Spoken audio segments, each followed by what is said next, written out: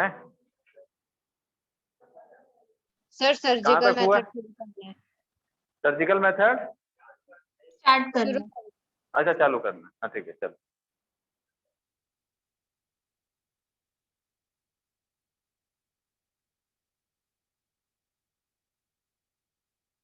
Surgical method, इसको हम लोग स्टेरिलाइजेशन बोलते हैं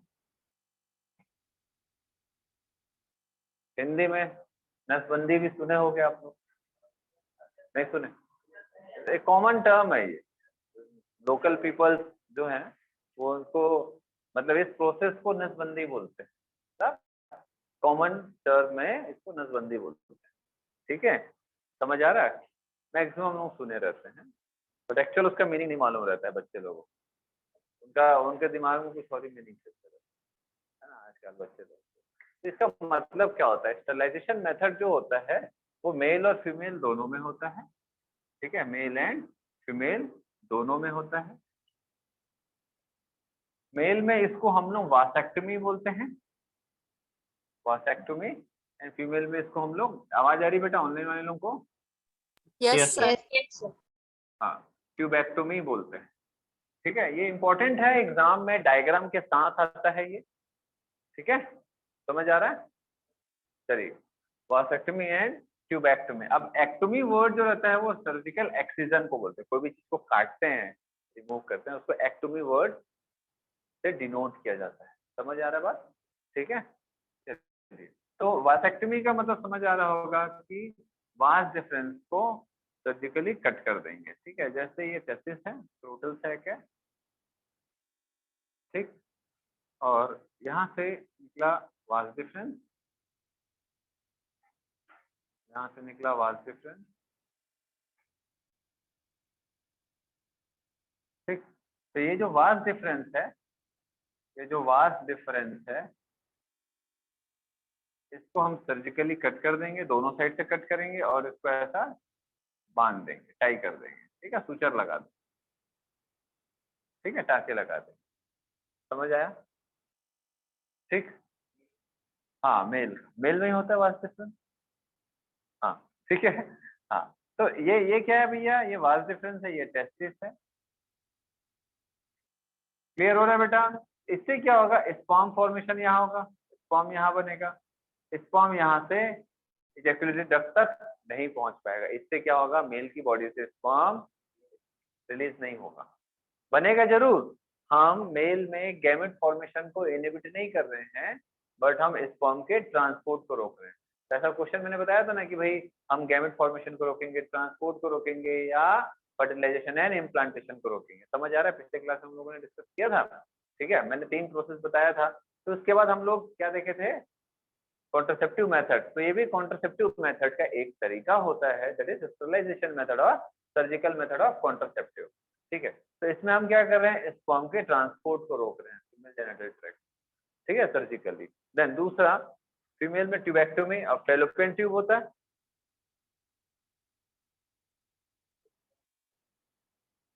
हाँ, स्पर्म का फॉर्मेशन वगैरह सब नॉर्मल चलेगा इसमें।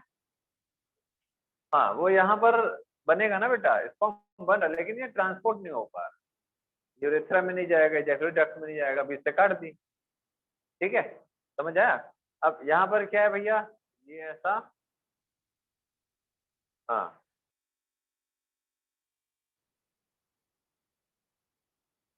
ये हो गया ओवरी, ठीक है? ये हो गया ओवरी।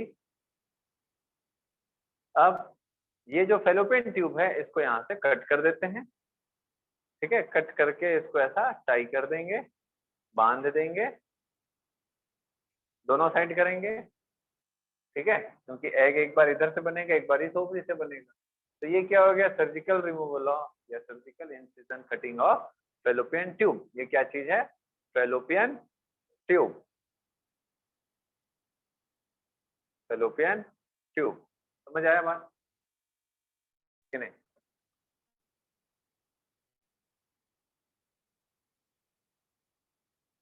बस सिंपल सा मेथड है। अब इसमें भी हम लोग क्या कर रहे हैं? अगर हम ट्यूबेक्टमी करते हैं तो हम लोग क्या कर रहे हैं?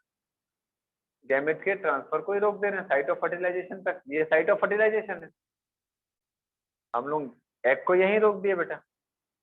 स्पर्म अगर आया भी तो इन दोनों की मीटिंग नहीं हो पाएगी। ठीक है, सर समझ आया? हाँ बोलो बेटा। सर फिर मेंस्ट्रुअल साइकिल पे कोई इफेक्ट पड़ेगा क्या? हाँ, फिर एक सवाल है, मेंस्ट्रुअल साइकिल पे कोई इफेक्ट पड़ेगा क्या, बोलो। हाँ, कैसे, क्या पड़ेगा? सर रिप्रोडक्शन नहीं हो पाएगा। क्यों नहीं होगा बेटा? तो वो फेलोपियन हाँ, ट्यूब कट कर दिए ना। तो हम क्या कर रहे हैं यहाँ पर? एग रिलीज नहीं होगा रिलीज तो होगा। उससे क्या कर? वो यहाँ तक नहीं जा रहा है, वो यहीं है, वो यहाँ है। हार्मोन कैसे जाएगा? ओवरी से कर। Every hormone travels only by blood. Blood. हर एक हार्मोन ब्लड से ही ट्रेवल करता है। ओवरी का हार्मोन को अगर यूट्रस में जाना होगा तो मैंने आप लोगों को ऐसा बताया है, प्रोजेस्टेरॉन ऐसा चला गया, वह ऐसा कोई ऐसा कूद के थोड़ा जाता है। ओवरी के जो ब्लड वेसल है उसमें एब्जॉर्ब होगा प्रोजेस्टेरॉन, फिर वो ब्लड जो है वो यूट्रस में जाएगा और ब्लड के थ्रू ही प्रोजेस्टेरॉन यूट्रस में जाता है।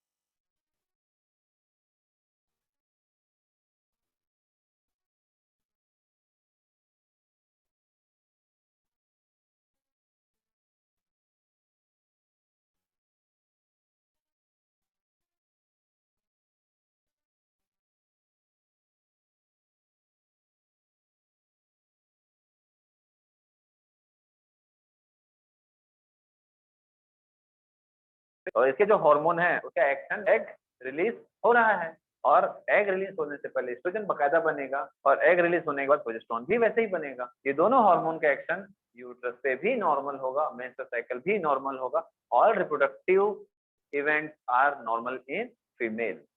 जो भी रिप्रोडक्टिव इवेंट्स होते हैं लाइक मेंस्ट्रुअल साइकिल, सारे के सारे नॉर्मल चलेंगे। क्यों नॉर्मल चलेंगे? हम सिर्फ एग को यहाँ तक पहुंचने से रोक रहे हैं, हम बाकी चीज को कुछ भी नहीं कर रहे हैं। एज सच ओवरी का जो एग बनाने का फंक्शन है इसको नहीं रोक रहे हैं। एक चीज याद रखना, अगर एग बनने का प्रोसेस नॉर्मल है, एग रिलीज नॉर्मली हो रहा है, ठीक है, इसका मतलब है कि यूट्रस में भी एंडोमेट्रियम का ग्रोथ नॉर्मल होगा। अगर ओवरी में एग का डेवलपमेंट नहीं हो रहा है, ओवरी से एग रिलीज नहीं हो रहा है, तो मेंस्ट्रुअल साइकिल भी नहीं होगा। इसको चाहो तो लिख सकते हो। ओवरी में अगर एग का डेवलपमेंट हो रहा है, ओवरी से एग रिलीज हो रहा है, तो एंडोमेट्रियम का भी ग्रोथ नॉर्मल होगा एंड एंडोमेट्रियम का ब्रेकडाउन भी नॉर्मल होगा। दैट इज मेंस्ट्रुअल साइकिल या मेंस्ट्रुएशन या मेंसेस भी नॉर्मल होगा। समझ आया? इससे कोई फर्क नहीं पड़ता है एग फर्टिलाइजेशन हो रहा है या नहीं हो रहा है। ठीक है, हम मेनली यहाँ पर एक ही काम कर रहे हैं, सिर्फ और सिर्फ एक ही काम कर रहे हैं, हम एग को फर्टिलाइजेशन से रोक रहे हैं बस, और इसमें कोई भी सेकेंडरी चीज नहीं आएगी। हाँ बोलो बेटा। सर मेंस्ट्रुअल साइकिल को रोकने के लिए पिल्स के अलावा और कौन सा मेथड होगा? मेंस्ट्रुअल साइकिल को रोकने के अलावा पिल्स है ना, और जो प्रोजेस्टेरॉन वाला इम्प्लांट्स होते हैं, सबक्यूटेनियस इम्प्लांट्स होते हैं, तो वो कंटिन्यूअस जो रहता है प्रोजेस्टेरॉन की क्वांटिटी को बढ़ा के रखता है। मेनली पिल्स का इस्तेमाल करता है। ठीक है, तो हार्मोनल जो भी मेडिसिन या जो भी तरीका होता है प्रोजेस्टेरॉन या एस्ट्रोजन होता है, उससे मेंस्ट्रुअल साइकिल को अफेक्ट किया जाता है। बट इसमें कोई हार्मोन वगैरह की जरूरत नहीं, ये सर्जिकल मेथड है। इसमें सिर्फ और सिर्फ हम एग को और स्पर्म को मीटिंग से रोक रहे हैं, एक बैरियर बना करके। एक ठीक है, फेलोपियन ट्यूब को काट दिए, ये हिस्सा अलग हो गया, ये हिस्सा अलग हो गया, तो स्पर्म यहीं रुक जाएगा, एग यहीं रुक जाएगा, खत्म। बस बाकी सारी चीजें नॉर्मल चलती थी। ठीक है, ऐसा क्वेश्चन आया नीट में तो ध्यान रखिएगा। सर तो जो एग है वो फेलोपियन ट्यूब में ही एक्यूमुलेट होता रहेगा? वो तो ऐसे भी होता है बेटा। अब एक सवाल है कि एग जो है वो फेलोपियन ट्यूब में ही रुका रहेगा, वो तो बेटा ऐसे भी होता है। एक नॉर्मल फीमेल में अगर फर्टिलाइजेशन नहीं हो रहा है, चलो एक नॉर्मल फीमेल में फर्टिलाइजेशन नहीं हो रहा है, तो ये एग तो ऐसे भी यहाँ पर आके यहीं तो रुकेगा ना। समझ आ रहा है भाई? एक नॉर्मल फीमेल में एग तो हर महीने आता है ना यहाँ पर, तो इसका क्या होता है, क्या होता है इसका? वहीं रुका रहता है, उसकी डेथ हो जाती है, वो वहीं पड़ा रहेगा। तो नॉर्मल फीमेल में जैसे एग यहाँ पड़ा रहेगा, सर्जिकल मेथड में भी सेम वैसे ही एग यहाँ पर आके पड़ा रहेगा, बस। ठीक है? Yes sir. Sir surgical method permanent होता है?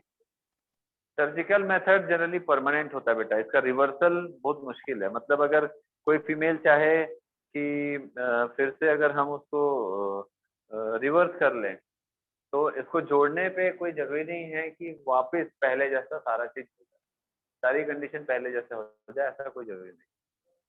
सर जनरली ये तरीका तभी अपनाते हैं जब जैसे किसी का मान के चलो बेटा 2 to 3 चाइल्ड हो गए, अब वो अपने जीवन में और चाइल्ड प्रोड्यूस करना नहीं चाहते हैं, और ना ही वो पिल्स खाना चाहते हैं कॉन्ट्रासेप्टिव मेथड्स के लिए, ना ही कोई बैरियर मेथड इस्तेमाल करना चाहते हैं, ना ही वो इंट्रायूट्राइन डिवाइसेस, कोई भी एक्सटर्नल डिवाइसेस, दवाइयाँ, ये सबसे दूर रहना चाहते हैं और नॉर्मल सेक्सुअल लाइफ भी जीना चाहते हैं।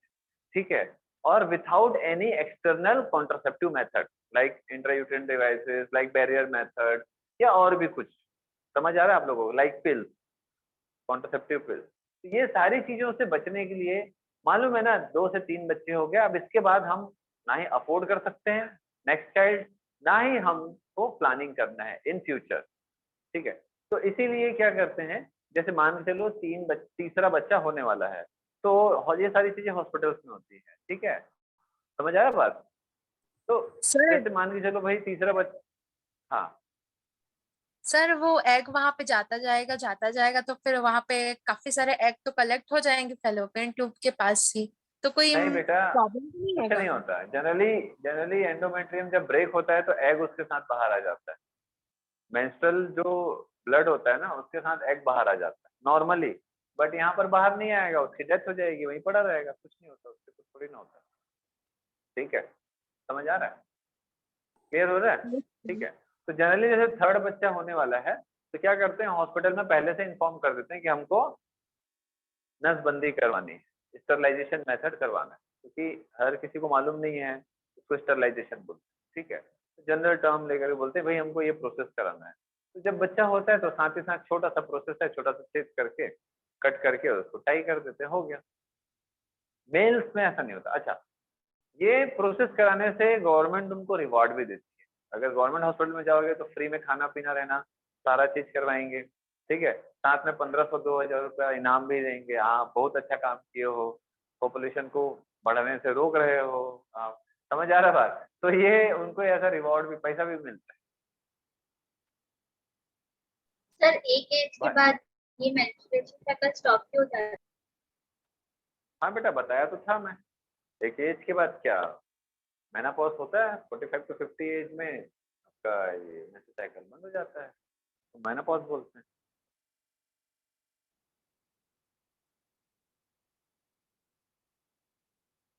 बताया था ना, अराउंड 50 एज में ये बंद हो जाता है। यस सर, ठीक। कृतिका भगत पहली बार आ रही हो क्या बेटा? Yes sir. आज ही पहली बार है क्या? Yes sir.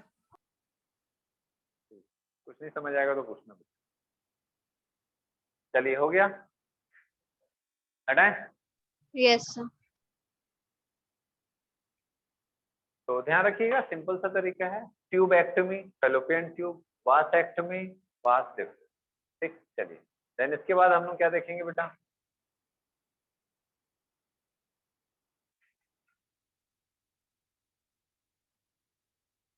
Medical termination. हाँ, मैंने नोट्स भेजा है आप लोगों को। एमटीपी, एमटीपी क्या बोलते हैं इसको? फुल फॉर्म क्या है? Medical termination of pregnancy. इसमें 3-4 चीजें आपको ध्यान रखनी है। ठीक है? और इसी को जनरल टर्म में एबॉर्शन भी बोला जाता है। ठीक है? जनरल टर्म में इसको एबॉर्शन बोला जाता है। आप इन जनरल आप लोग बहुत बार सुने होंगे ये वर्ड, बट इसको मेडिकली हम बोलते हैं medical termination of pregnancy. Termination का मतलब कोई चीज को रोकना, ठीक है। तो सबसे पहली बात भैया इसको क्या बोलते हैं मैंने बता दिया। ये सेफ कब होता है? Safe up to 12 weeks of pregnancy, 12 weeks of pregnancy. ये मैंने बताया आप लोगों को पहले जब प्लासेंटा पढ़ा रहा था, तो मैंने बताया आप लोगों को, ठीक है। गर्ल्स में कौन कौन है अपने? मुकुट और आयुषी, 2 लोग नहीं आ रहे, बाहर बाहर गए। Safe up to 12 weeks of pregnancy. 12 weeks का मतलब क्या होता है बेटा? फर्स्ट ट्राइमेस्टर, और इसको हम और क्या बोल देंगे? 3 मंथ, ठीक है। तीसरे महीने तक। Why why Y?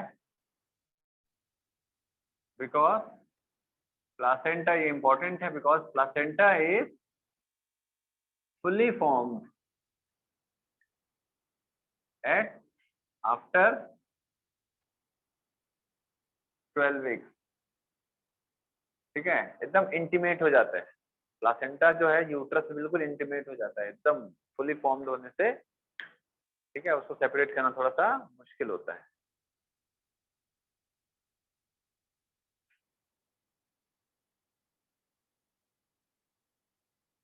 आपका एनसीईआरटी कहाँ है? आपका कहाँ है? निकालो, अब निकालो।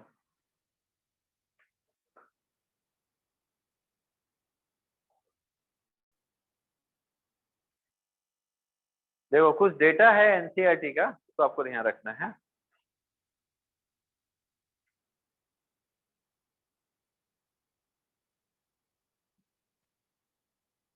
One fifth of total birth, 1/5 of total birth को एमटीपी के द्वारा, 1/5 जितने बच्चे पैदा होते हैं इस दुनिया में, उसमें से 1/5 को एमटीपी के द्वारा रिमूव कर दिया जाता है, मतलब पैदा होने से रोका जाता है। समझ आ रहा बात? तो बेटा ये एमटीपी हम क्यों करते हैं? तो कुछ केसेस में करते हैं। व्हाई एमटीपी आर डन, ठीक है। तो इसके बहुत सारे रीजंस होते हैं क्यों एमटीपी कराया जाता है। जैसे कि मान के चलो कि भाई कोई कपल है, अनप्रोटेक्टेड इंटरकोर्स हुआ, ठीक है, उनको अब उनको चाइल्ड प्लान नहीं करना है, तो वो एमटीपी अपना सकते हैं। नेक्स्ट, समझ आया? रेप केसेस में भी एमटीपी को लीगली कोर्ट अलाउ करती है, ठीक है। तीसरा, मे बी चाइल्ड डेवलप हो रहा है, उसमें कोई जेनेटिक डिसऑर्डर है, कोई बीमारी है, ठीक, बच्चा पैदा होगा तो बीमारी के साथ पैदा होगा, तो बेटर है उसको एमटीपी करा लिया जाए। नेक्स्ट, मे भी बच्चा पैदा हो रहा है लेकिन कुछ कॉम्प्लिकेशंस आ गए हैं एम्ब्रियोनिक डेवलपमेंट के दरमियान, जिससे कि मदर को कोई खतरा हो सकता है, ठीक है। मदर को खतरा हो सकता है मदर को कोई बीमारी हो, चाइल्ड प्रोड्यूस करते समय उनको कोई प्रॉब्लम हो सकती है, इसलिए भी एमटीपी किया जाता है, ताकि प्रेगनेंसी के दरमियान मदर को प्रॉब्लम ना हो या मदर को कोई डेथ वगैरह ऐसा ना हो। समझ आ रहा बात? तो ऐसे कुछ कंडीशंस में लीगली एमटीपी को अलाउ किया जाता है, बट प्रॉब्लम यहाँ पर नहीं है। ये तो बहुत कम होते हैं, लेकिन मेनली जो एमटीपी होते हैं वो खास तौर पे जो इंडिया है या हमारे जैसे बहुत सारे अलग अलग देश है, कुछ देश में, हाँ, एमटीपी जो रीजन है, एमटीपी जो होता है that is because of female foeticides. Female foeticides मतलब समझते हो? Female foeticides, yes sir. हाँ, फीमेल फिटिसाइडिस। तो ये जो फीमेल फिटिसाइडिस होता है, ठीक है, तो मतलब अगर मालूम चल गया कि प्रेगनेंसी में फीमेल चाइल्ड है, तो उनको मार दिया जाता है पैदा होने से पहले, उसको हम फीमेल फिटिसाइडिस बोलते हैं। फिटिसाइडिस का मतलब होता है female child in foetus will be killed. Feet से फीटस, साइडिस का मतलब होता है उसको किल करना, मार देना, रिमूव करना। समझ आ रहा है बात? बट समझ सर आ रहा है डॉक्टर भैया? लोग तो नहीं बताते हैं ना कि गर्ल होगा कि बॉय होगा। डॉक्टर लोग नहीं बताते हैं, लेकिन सब बता देते हैं कई बार बेटा, ज्यादा पैसा देते हैं तो बता देते हैं, एक मतलब लड़का या लड़की बताने का 20,000, 40,000, 50,000, 1-1 लाख रुपए तक के लेते हैं, सिर्फ सिर्फ बताने का, सिर्फ बताने का 20,000 से लेकर के 1 लाख, उससे भी ज्यादा, अकॉर्डिंग टू खतरा, जैसा खतरा होगा वैसा। ठीक है, समझ आ रहा बात? करते हैं लोग ऐसा, करते हैं लोग ऐसा, सास जो होते हैं, सास लोग, तो इसलिए इस चीज को प्रमोट करते हैं। ठीक है, कई मदर भी इस चीज को प्रमोट करते हैं। ये जैसे 2-3 गर्ल चाइल्ड हैं, तो वो उनको चाहत होती है लड़के की, बट ये सिर्फ एक उनका अप्रोच होता है, चाहत होता है कि और हम चाइल्ड अफोर्ड नहीं कर सकते, तो नई प्रेगनेंसी स्टार्ट करना था, है ना? ये तो ये किस्मत है, आप गर्ल चाइल्ड प्रोड्यूस होगा या बॉय चाइल्ड प्रोड्यूस होगा, ये तो किस्मत है, तो नहीं करना चाहिए। ठीक है, जो है वो है, बट फिर भी कुछ लोग जो है एक लाइफ को बर्बाद करते हैं।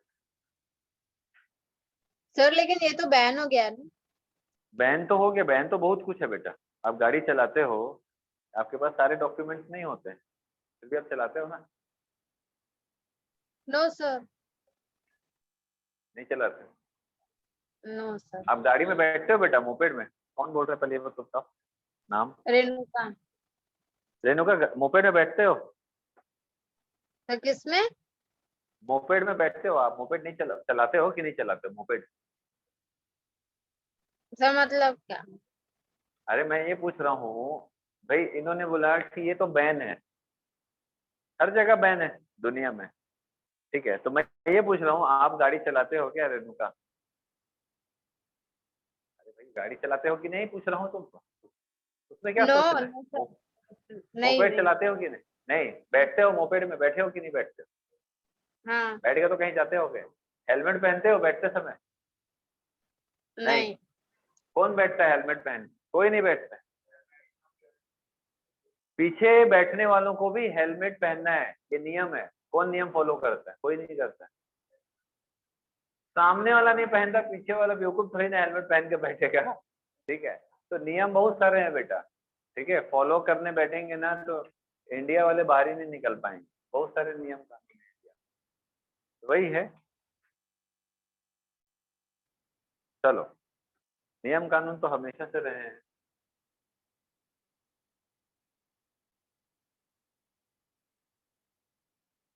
नियम ये भी बोलता है, स्कूल में जो टीचर लोग पढ़ाते हैं वो ट्यूशन नहीं पढ़ाते, पढ़ाते हैं। एक छोटा सा एग्जांपल है, ऐसे बहुत सारे नियम कानून। समझ आ रहा बात? चलिए, क्लियर हो रहा है ये? तो यस जो डेटा है बेटा 45 to 50 million MTP, 45 to 50 million MTP, ठीक है, आर डन। ये कितना है? टोटल बर्थ का 1/5 पॉपुलेशन। मतलब अगर मान के चलो कि एक साल में 1 करोड़ बच्चे पैदा हो रहे हैं फॉर एग्जाम्पल, तो करीब करीब 20 लाख बच्चों का एमटीपी होता है। ठीक है, उस बहुत सारे रीजन है, नॉट ओनली फीमेल फर्टिलिटी। ठीक है, तो ये जो डेटा है इसको ध्यान रखना है एमटीपी का। एमटीपी कब लीगलाइज हुआ था? ये आता है 1971 में। सारे डेटा ध्यान रखना है। एमटीपी लीगलाइज इन इंडिया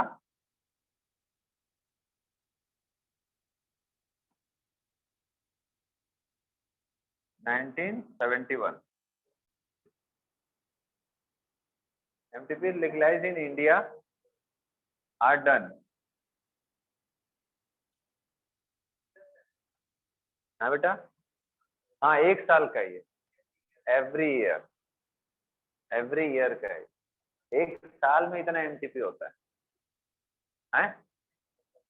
ये तो बेटा, ये तो लीगल डेटा है, इलीगल डेटा तो है ही नहीं। समझ आया? ये लीगल डेटा है ना, यहाँ पर लीगल डेटा देंगे ना भाई, और जो इलीगल होता है एमटीपी उसका थोड़ी ना डेटा रहता है, उससे ज्यादा ही है। ठीक है,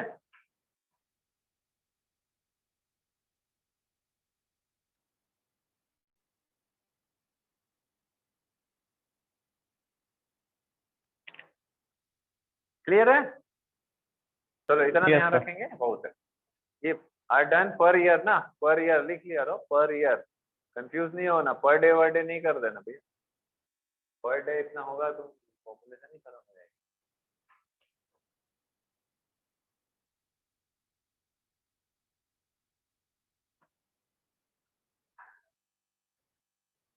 आज के टाइम पे बॉयज गर्ल्स सब एक जैसे हो गए, ठीक है।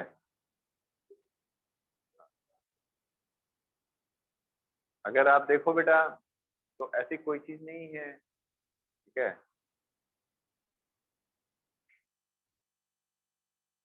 फीमेल्स जो नहीं कर सकते भाई, हर काम फीमेल्स बाहर कर सकते हैं, फीमेल्स भी कर सकते हैं। बस यही है, एक सबसे बड़ी प्रॉब्लम है कि शुरू से अर्थ पे मेल डोमिनेटिंग एक कल्चर रहा है बस। बट धीरे धीरे ये चेंज होगा, हमेशा दुनिया में चेंजेस आते हैं, आते रहेंगे, हमेशा दुनिया में चेंजेस आते रहेंगे। मेल डोमिनेंसी तब खत्म होगा जब बड़े बड़े पोस्ट में फीमेल्स आएंगे, बड़े बड़े कंपनी के सीईओ फीमेल्स हैं, तो मेल डोमिनेटिंग नेचर कम होगा। और ऐसा हो रहा है बदलाव, किसी को समझ नहीं आ रहा बट हो रहा है। और इक्वालिटी आना भी जरूरी है। इक्वालिटी का मतलब ये है कि भैया मैं 20 किलो वजन उठा रहा हूँ तो फीमेल भी उठाएगी, ऐसा नहीं, दैट इज नॉट इक्वालिटी, ठीक है। हर चीज में इक्वालिटी नहीं है, ऐसे में तो भैया फीमेल्स प्रेगनेंसी करेंगे तो मेल को बोलेंगे आप तुम भी करो, ठीक है। तो हर चीज में इक्वालिटी नहीं, जो नेचुरल चीजें हैं उसको छोड़ के बाकी जो काम है इस दुनिया को चलाने वाला काम है, ठीक है। और मेरे हिसाब से जैसे मैंने बहुत सारी चीजों में देखा है, आप रियल बताऊं तो फीमेल्स बहुत सारी चीजों को एक साथ हैंडल कर लेते हैं, मेल्स नहीं कर पाते। आपको बता दूं पेशेंस लेवल जो होता है वो फीमेल से थोड़ा सा ज्यादा होता है कंपेरेटिवली में। और आपको बता दूं scientifically females are more focused than male. मैं ऐसा नहीं बोल रहा हूँ मैं कि लड़के लोग काम के ही नहीं हम निठल्ले हैं, ऐसा नहीं है।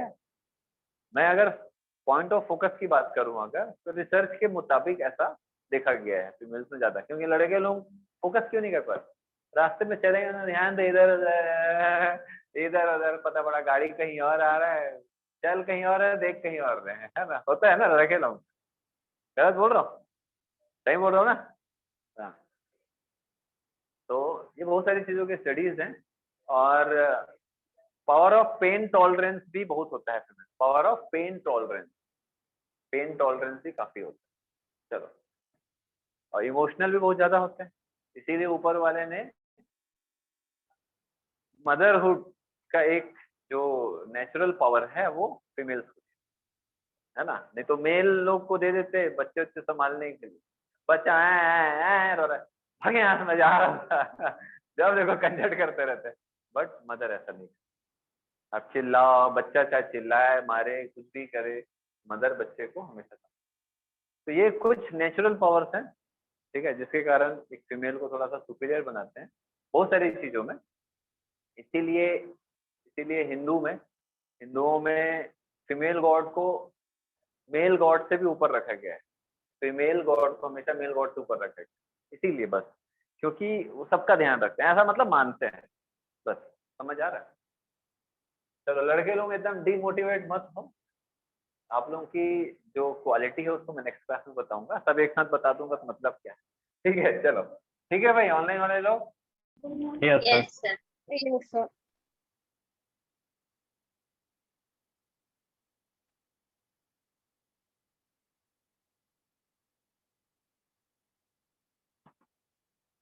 देन उसके बाद क्या देखेंगे बेटा हम लोग, सेक्सुअली ट्रांसमिटेड डिसीज। मैंने सेक्सुअली ट्रांसमिटेड डिसीज के बहुत सारे नोट्स में काफी डिसीजेस के नाम मैंने उसके वेक्टर्स के नाम मैंने लिख के दिए हैं, डायरेक्टली आपको याद रखना है सेक्सुअली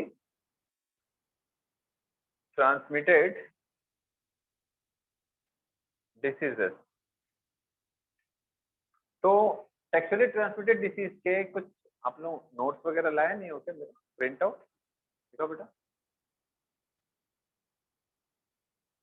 प्रिंट आउट नहीं निकलवाया हो क्या आप लोगों को? वो नोट्स मिला है कि नहीं, यहाँ से मिल गया ना बुकलेट? अच्छा, ऑनलाइन वाले लोगों को बुकलेट मिला है कि नहीं भाई? आके कलेक्ट कर लेना बेटा आप लोग, Yes, ठीक है। sir. ऑनलाइन वाले लोग भी आके बुकलेट कलेक्ट कर लेना। बुकलेट लाया करो ना मेरी क्लास, लाया हो ना? हाँ ठीक है, उसको साइड रखो। सर जो नहीं आ सकते वो जो नहीं आ सकते वो लोग ऑनलाइन तो मैं भेज ही रहा हूँ आप लोगों को नोट। Yes sir. चलिए, सेक्सुअली ट्रांसमिटेड डिसीज में कुछ डिसीज के नाम है। अच्छा, सेक्सुअली ट्रांसमिटेड डिसीज क्या होता है, नाम से समझ आ रहा है, ऐसा डिसीज जो ट्रांसमिट होगा सेक्सुअल कॉन्टेक्ट से। समझ आ रहा है बात? ठीक है, तो इसमें जो सबसे खतरनाक जो है देख लेते हैं क्या क्या। एड्स है, hepatitis b, genital ward,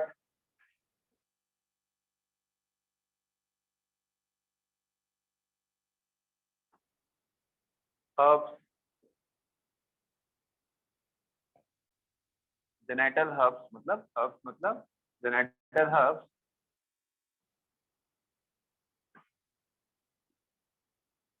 gonorrhoea, syphilis,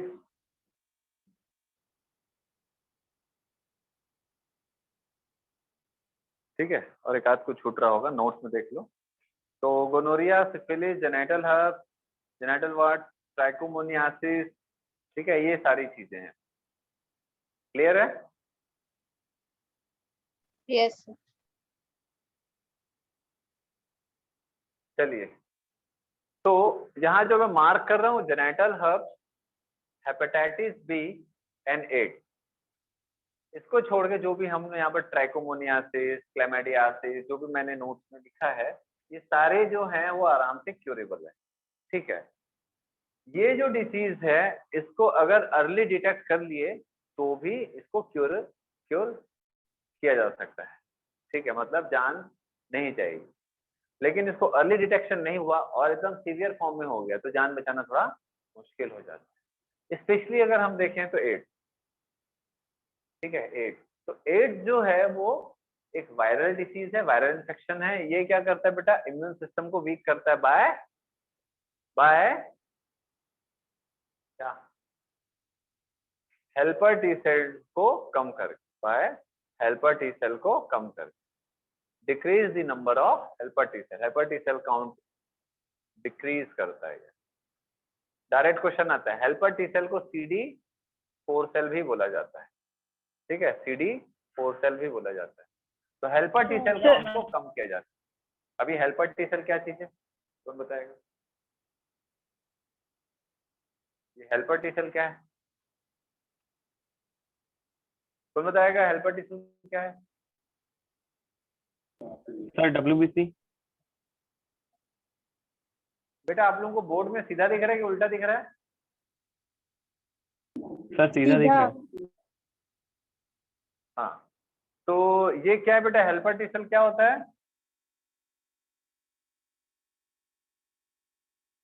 अरे बोलो भाई। It is a type of WBC। ये क्या है? T lymphocyte. क्या है?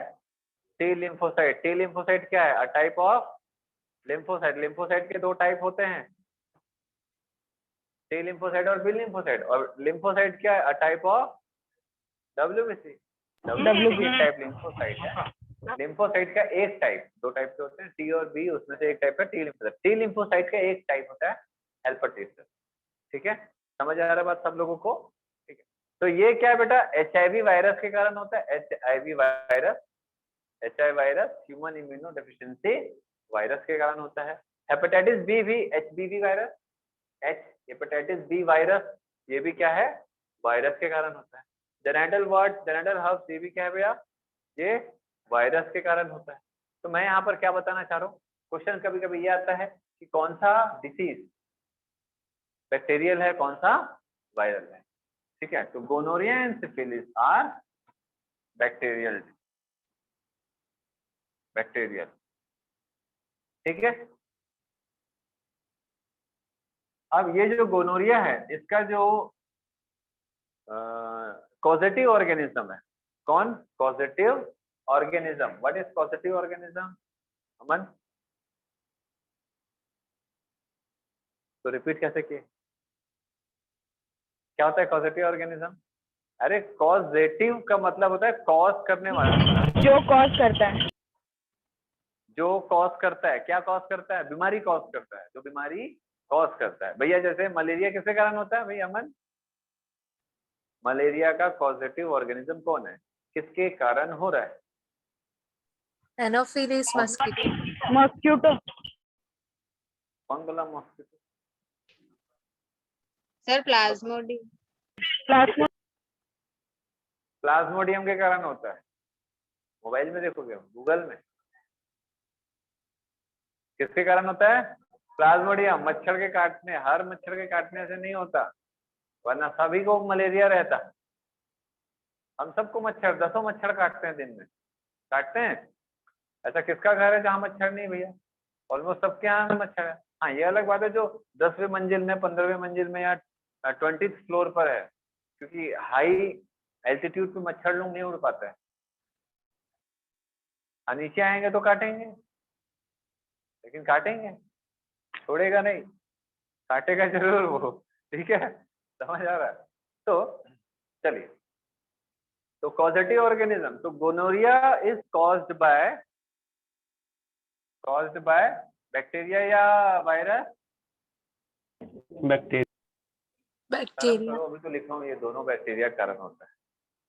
ठीक है, कॉज्ड बाय निसेरिया गोनोरी। निसेरिया मैंने सब लिखा है बेटा, ठीक है, यहाँ पर ज्यादा टाइम पास नहीं करेंगे। गोनोरी, निसेरिया गोनोरी। सिफिलिस जो रहता है ट्रिपोनीमा पैलिडियम। तो ये क्या है भैया, मैं क्यों लिख रहा हूँ? क्योंकि ये सारे के सारे क्वेश्चन आते हैं एग्जाम, नीट में आपका डायरेक्ट क्वेश्चन आता है। ठीक है, gonorrhoea is caused by Neisseria gonorrhoeae, या निसेरिया बस आ जाता है। गोनोरिया लिखेंगे तो आप समझ जाओगे करके, सिर्फ निसेरिया आ जाता है। ठीक है, एग्जाम वाले भी काफी चालाक होते हैं। ट्रिपोनीमा पैलिडियम, सिफिलिस। ठीक है, समझ आया?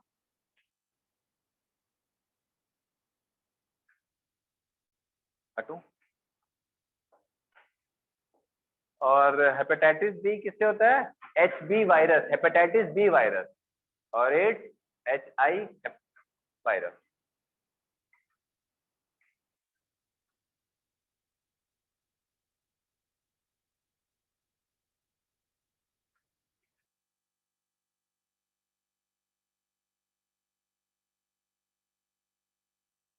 अब एक बार किसी को HIV हो गया, ठीक है, या हेपेटाइटिस बी हो गया, है ना, मे बी जेनिटल हर्ब्स, तो फिर उसका ट्रीटमेंट चलेगा, बॉडी से इरेडिकेट होना थोड़ा मुश्किल हो जाता है। कई बार हेपेटाइटिस बी खुद से इरेडिकेट हो जाता है, बट HIV इरेडिकेट नहीं होता। इरेडिकेट का मतलब होता है वो कम्प्लीटली बॉडी से रिमूव नहीं होने वाला। आपको समझ आ रहा है बेटा? मेरे को ऐसा लग रहा है कि आपको समझ नहीं आ रहा है। ठीक है, तो आपको मालूम है एड्स का वायरस एक बार बॉडी में घुसा तो बेटा उसको निपटाने के बाद ही निकलेगा वो। ठीक है, हाँ, वायरस को कंप्लीटली आप बॉडी से रिमूव नहीं कर सकते किसी भी ट्रीटमेंट। समझ आ रहा है बात? बॉडी में एक बार घुसा तो उसको आप कुछ सालों तक दवाई के सारे जिंदा रख सकते हो, बट कंप्लीटली क्योर नहीं हो पाता है। एक बार ये बीमारियां हुई तो कंप्लीटली क्योर पॉसिबल नहीं होता है। आप मेडिसिन से बस रोक सकते हो, एंटीवायरल ड्रग्स वगैरह से आप सिर्फ रोक सकते हो, कंप्लीटली क्योर आप नहीं कर सकते। ठीक है, वो उसको, हाँ बेटा क्या बोला? कैंसर तो कंप्लीटली क्योर होता है बेटा, कैंसर, हाँ लास्ट स्टेज, बस लास्ट स्टेज में भी कई बार ठीक हो जाते हैं अगर वो ज्यादा ऑर्गेन्स तक नहीं फैले। ठीक है, लास्ट स्टेज में भी कुछ स्टेजेस होते हैं। ठीक है, ऐसा नहीं है कि बहुत सारे लोगों का इलाज होता है। ठीक है, और फर्स्ट सेकंड थर्ड स्टेज पर आराम से ठीक हो जाता है, फर्स्ट स्टेज तो ऐसे ही हो जाता है, बस ऐसे पता चल रहा है। हाँ, ठीक है, कैंसर अब कोई लाइलाज बीमारी नहीं रह गया। इवन एड्स का भी अभी वैक्सीन लगभग आ गया है, खुशी की बात है ना। हेपेटाइटिस बी का भी वैक्सीन आ गया है, बट कोई लगाता नहीं। हाँ, होने के बाद समझ आता है, अरे भगवान क्या करें हम। हाँ, 3 महीने में दो शॉट्स लगवाने रहते हैं। ठीक है, हेपेटाइटिस बी का सबको लगाना चाहिए, क्योंकि ये बहुत ज्यादा कंटेजियस है, कब किसको हो जाएगा किसी को नहीं समझ आता है। अब बात ये आती है कि ये बीमारी कैसे होगा। नहीं बेटा, नहीं, बच के रहना है। बच के रहना है और क्या। ठीक है, अब कैसे होगा ये बीमारी? भाई सीधी सी बात है, आपके एनसीईआरटी का लास्ट जो देखो इस टॉपिक का लास्ट मैंने भी वही लिखा है, mode of transmission. Mode of transmission मतलब कैसे ये एक से दूसरे में ट्रांसमिट होगा। अरे बाबा 63 पेज का इनफर्टिलिटी के जस्ट ऊपर लास्ट में, ठीक है, इन्फेक्शन कैसे एक से दूसरे में ट्रांसमिट होगा, transmission, mode of transmission, avoid sex with unknown partner और मल्टीपल पार्टनर। ठीक है, ये एड्स का ट्रांसमिशन का सबसे बढ़िया तरीका था, क्योंकि एड्स, अब मैं ऐसा क्यों बोल रहा हूँ, एड्स ट्रांसमिट होने का सबसे बेहतरीन तरीका तो क्यों माना गया था शुरू में? कारण ये है कि इसका जो विंडो पीरियड होता है एड्स का काफी बड़ा होता है, काफी लंबा होता है, 6 महीने से लेकर 10 साल तक। 6 महीने से मतलब HIV वायरस बॉडी में घुस गया है लेकिन उसको कोई बीमारी नहीं है, कोई सिम्टम नहीं है। सिम्टम आएगा तभी तो डिसीज पता चलेगा। कई लोगों का ब्लड शुगर लेवल बढ़ा रहता है, डायबिटीज रहता है, लेकिन उनको नहीं मालूम रहता है। कई लोगों का ब्लड प्रेशर बढ़ा रहता है लेकिन उनको नहीं मालूम होता है। अचानक से कभी अचानक बढ़ गया तो मालूम चलता है, टेस्ट करवाने पे पता चलता है। डायबिटीज और ब्लड प्रेशर ये हमेशा गलती से पकड़ाता है, चांस, बाई चांस पकड़ में आता है, बहुत सारे लोगों का रहता है। अचानक तबियत खराब होता है तब समझ आता है। तो वैसे ही एड्स जो होता है जब तबियत खराब होता है तब समझ आता है। तो वो कब होता है? जब वो इन्फेक्शन बढ़ेगा। कब बढ़ सकता है? 6 महीने से लेकर 10 साल के बीच में कभी भी। तो भैया अगर किसी के बॉडी में घुसा हुआ है वायरस, लेकिन वो एकदम नॉर्मल हेल्दी इंडिविजुअल, ठीक है, 5 साल हो गया, 8 साल हो गया, अब जो रहता है वो कितने लोगों को फैला चुका है? समझ आ रहा है बात? सेक्सुअल इंटरकोर्स के द्वारा कितने लोगों को फैला चुका? हाँ, इवन सिर्फ उसी से नहीं, टैटूइंग से भी होता है। समझ आ रहा है बात? हाँ, सर्जिकल इंस्ट्रूमेंट से भी फैलता है, ब्लड ट्रांसमिशन से भी फैलता है। समझ आ रहा है बात? क्लियर है? तो ये सारी चीजें क्या है? उसके मोड ऑफ ट्रांसमिशन है। समझ आया बेटा? Yes, sir. sir. क्लियर है? Yes.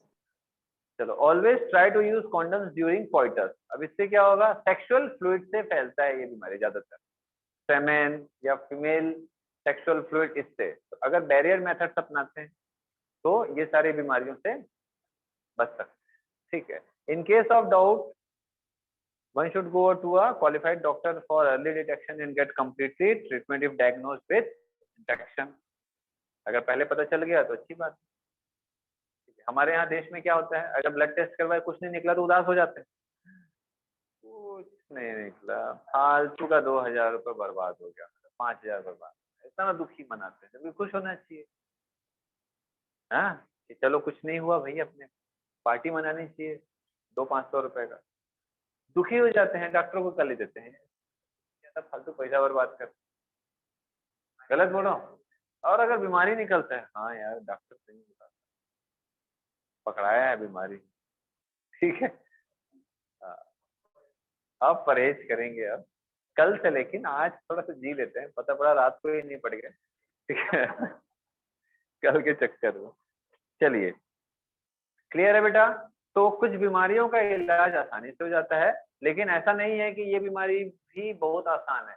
अगर लाइक सिफिलिस वगैरह भी कुछ स्टेजेस होते हैं, अगर नहीं ध्यान दिए तो ये भी बढ़ेगा और इससे भी डेथ पॉसिबल है ना? सिफिलिस, गोनोरिया ये भी डेथ कॉज करते हैं। बेटा ऐसा कोई बीमारी नहीं है जिससे डेथ नहीं हो, सब बीमारी से डेथ होती है, ऑलमोस्ट, नॉट ऑल, बहुत सारी बीमारियों से डेथ होती है। अगर उसको कंट्रोल में रखा जाए तो सारी चीजें ठीक होती है। ठीक है, या पहले डिटेक्ट हो गया, इसीलिए तो बेटा हेल्थ चेकअप होता है। 6 मंथ्स 1 ईयर में हेल्थ चेकअप कराना चाहिए ऑलमोस्ट फुल बॉडी, जनरली एक एज के बाद। कौन से एज के बाद? सर आप जिस एज में हो ना उसी एज के बाद कराना चाहिए, ऐसा नहीं। आजकल हार्ट अटैक की प्रॉब्लम 20 से 25 साल के लड़के लोगों में बहुत आ रही है, 18 साल में आजकल आ जाता है कार्डियक, हाँ, हार्ट अटैक की प्रॉब्लम आ रही है। सर दिल इतने टूट रहा है? जो हाँ बोलो बेटा। सर इतने अर्ली एज में क्यों? अर्ली एज में क्यों? इतने अर्ली एज में हार्ट की प्रॉब्लम कैसे आ रही है? स्ट्रेस, कल बच्चे बहुत टेंशन में रहते, भगवान जाने। हाँ बेटा, लड़के ही लोगों को ज्यादा होता वही लोग ज्यादा स्ट्रेस में रहते सर धोखा। हैं। सबसे बड़ा रीजन होता है stress. Second most popular reason है टोबैको प्रोडक्ट का यूज।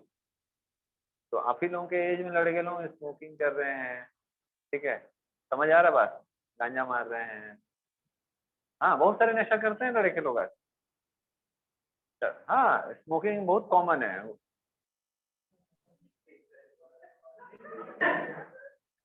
केसर का रंग, हाँ, विमल विमल फाड़ रहे हैं, उसमें तंबाकू नहीं होता, अलग से तंबाकू मिला के मस्त पैकेट को मस्त मिक्स करके चबा रहे हैं। देखे हो ना, गवर्नमेंट बैन करती है ना टोबैको सुपारी का कॉम्बिनेशन। तो बिजनेस वाले लोग भी बहुत सियाने, ठीक है, अलग अलग करके बेचेंगे सुपारी और तंबाकू को अलग करके बेचेंगे। हाँ, और पान ठेला में दोनों अवेलेबल जाएगा तो पान ठेला ही ना जाएगा, तो सुपारी लेने पान ठेला ही, तंबाकू भी मिलेगा, मिला के मस्त बना दिए पैकेट थोड़ा सा। और अच्छा है, पहले जो 2 रुपए का होता था अब 3 से 4 रुपए हो गया। फॉर एग्जाम्पल, जैसे पहले 5 रुपए का अगर कॉम्बिनेशन आता तो अब 10 रुपए में आएगा, क्योंकि तंबाकू का पैकेजिंग अलग हो गया, इसका पैकेजिंग अलग होगा, टैक्स बढ़ गया। तो कुल मिलाकर के गवर्नमेंट को ही फायदा है, और नुकसान हमेशा जैसे होती है नॉर्मल पब्लिक, खाने वाले को, आप लोगों को, मतलब जो खाते हैं। चलिए, तो मोस्ट कॉमनली जो होता है 2 प्रॉब्लम्स हैं जिसके कारण आजकल जो अर्ली एज में stroke, brain stroke, cardiac stroke जो आ रहा है, टोबैको प्रोडक्ट का heavy use and heavy stress.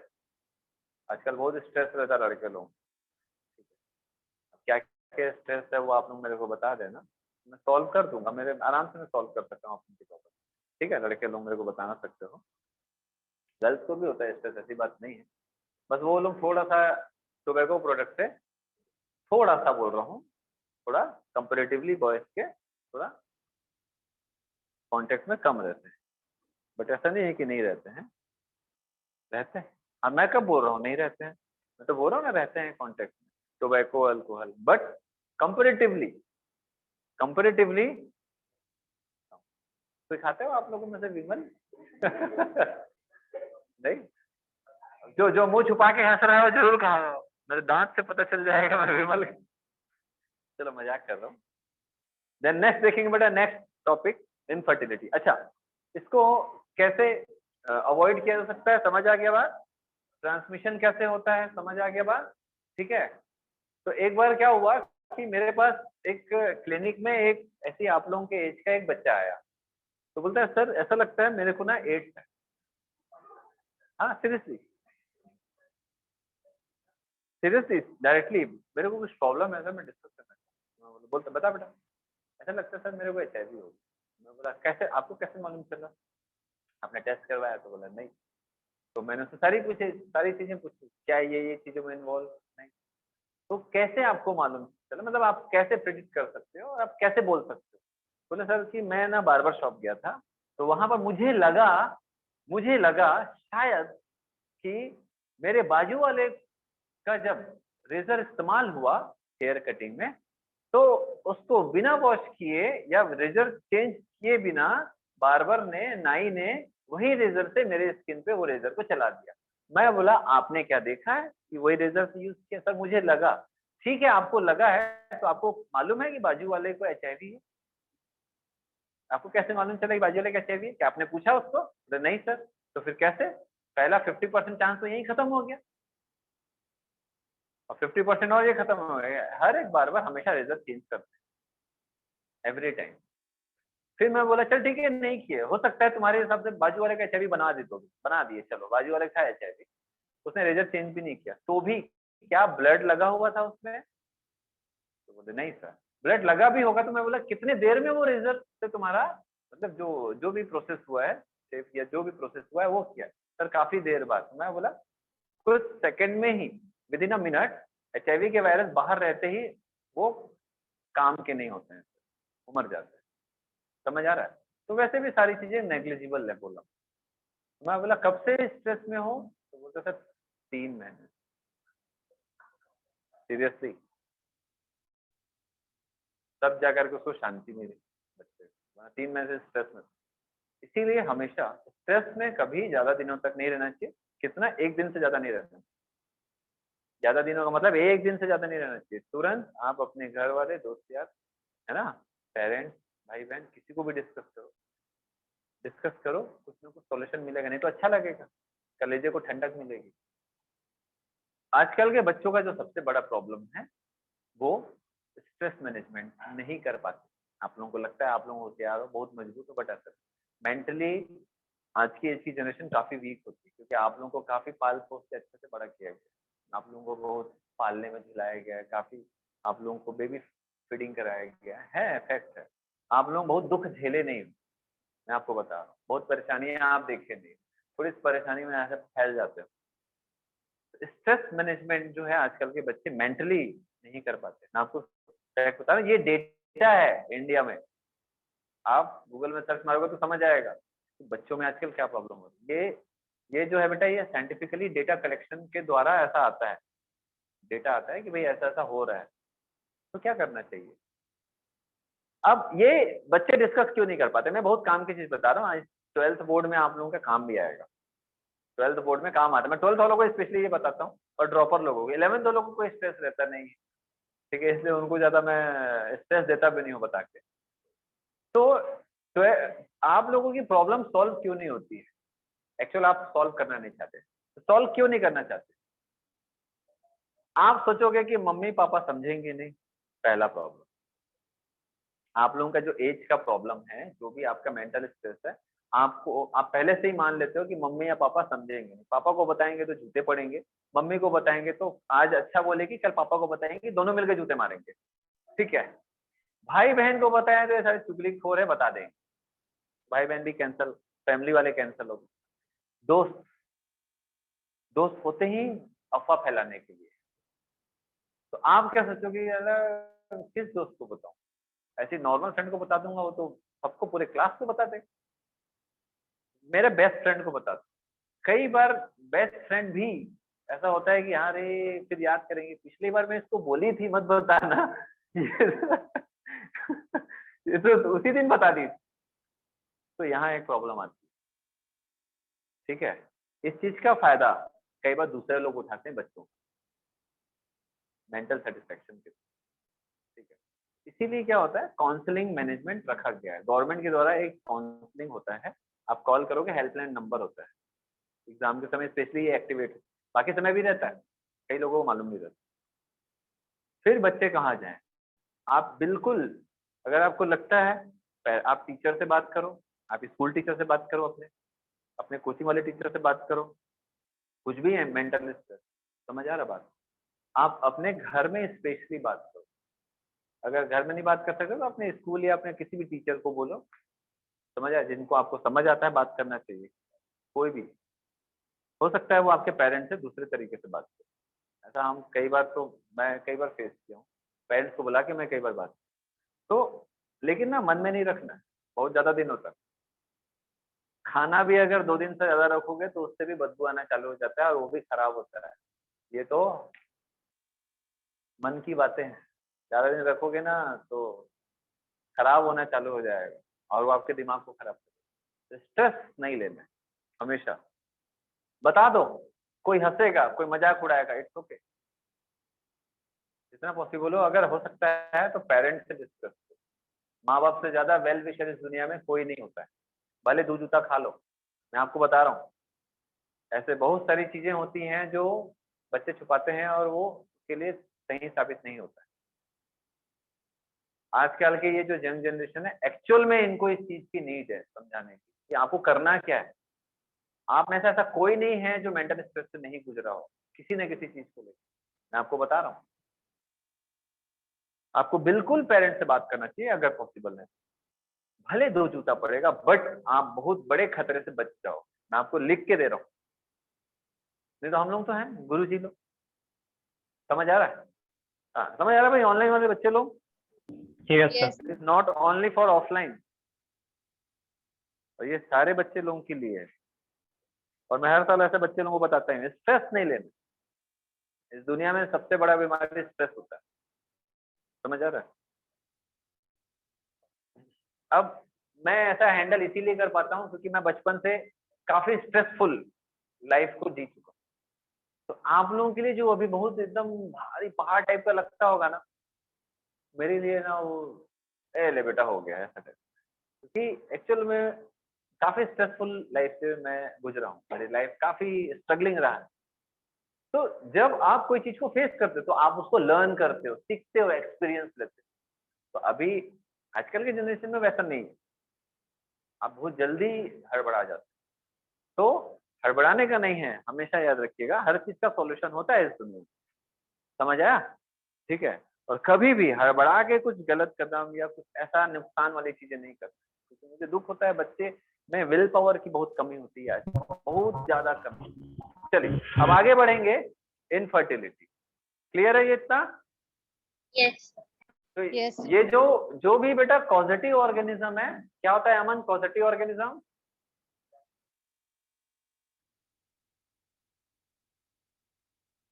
यहाँ आएगा ना तो 10 मिनट पहले इससे ना मेडिटेशन करवाना, उसके बाद ही इसको बैठने देना। 10 मिनट मेडिटेशन करेगा। अभी तो बताया पॉजिटिव ऑर्गेनिज्म का मतलब क्या होता है, जो और बीमारी कौ- कॉज करता है। हाँ चलिए नेक्स्ट देखते हैं बेटा, टाइम गवाए बिना। इनफर्टिलिटी आज ये टॉपिक मैं खत्म करना चाह रहा हूँ। Next principle of evidence solve करना है मुझे। Infertility, what is infertility?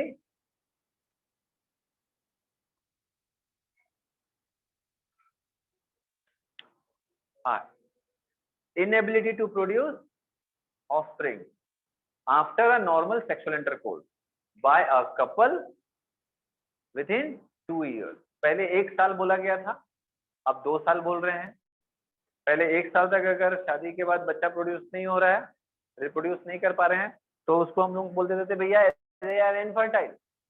आजकल तो शादी करने के बाद 1 साल सोचते हैं कि भैया चलो थोड़ा सा घूम फिर लेते, नहीं मतलब सेटलमेंट कर लेते हैं, कैरियर थोड़ा सा बना लेते हैं, समय देख के फिर अपन चाइल्ड प्लान करेंगे। तो ऐसे 2 साल ऐसे ही निकल जाता है, कभी कभी 3 साल। मेट्रो सिटीज में 2-2, 3-3, 4-4 साल भी चाइल्ड प्रोड्यूस नहीं कर पाते, क्योंकि कुछ ना कुछ काम लगा रहता है, दोनों जॉब में रहते हैं, वर्किंग रहते हैं, फीमेल्स भी अच्छी अच्छी पोस्ट में रहते हैं, तो कई बार पॉसिबल नहीं हो पाता है। ठीक है, तो पहले 1 साल माना गया था, 1 साल तक अगर सेक्सुअल इंटरकोर्स के बाद कोई अगर रिप्रोड्यूस नहीं कर पा रहा है तो उसको इनफर्टाइल बोलेंगे। अब ऐसा नहीं कि शादी हो गया कोई 1 साल बाद अगर आप किसी को देख रहे हो, ठीक है, तो शादी 2 साल हो गया भैया, बच्चे बच्चे मम्मी मम्मी इनफर्टाइल, ये इनफर्टाइल है ये लोग, ऐसा नहीं है।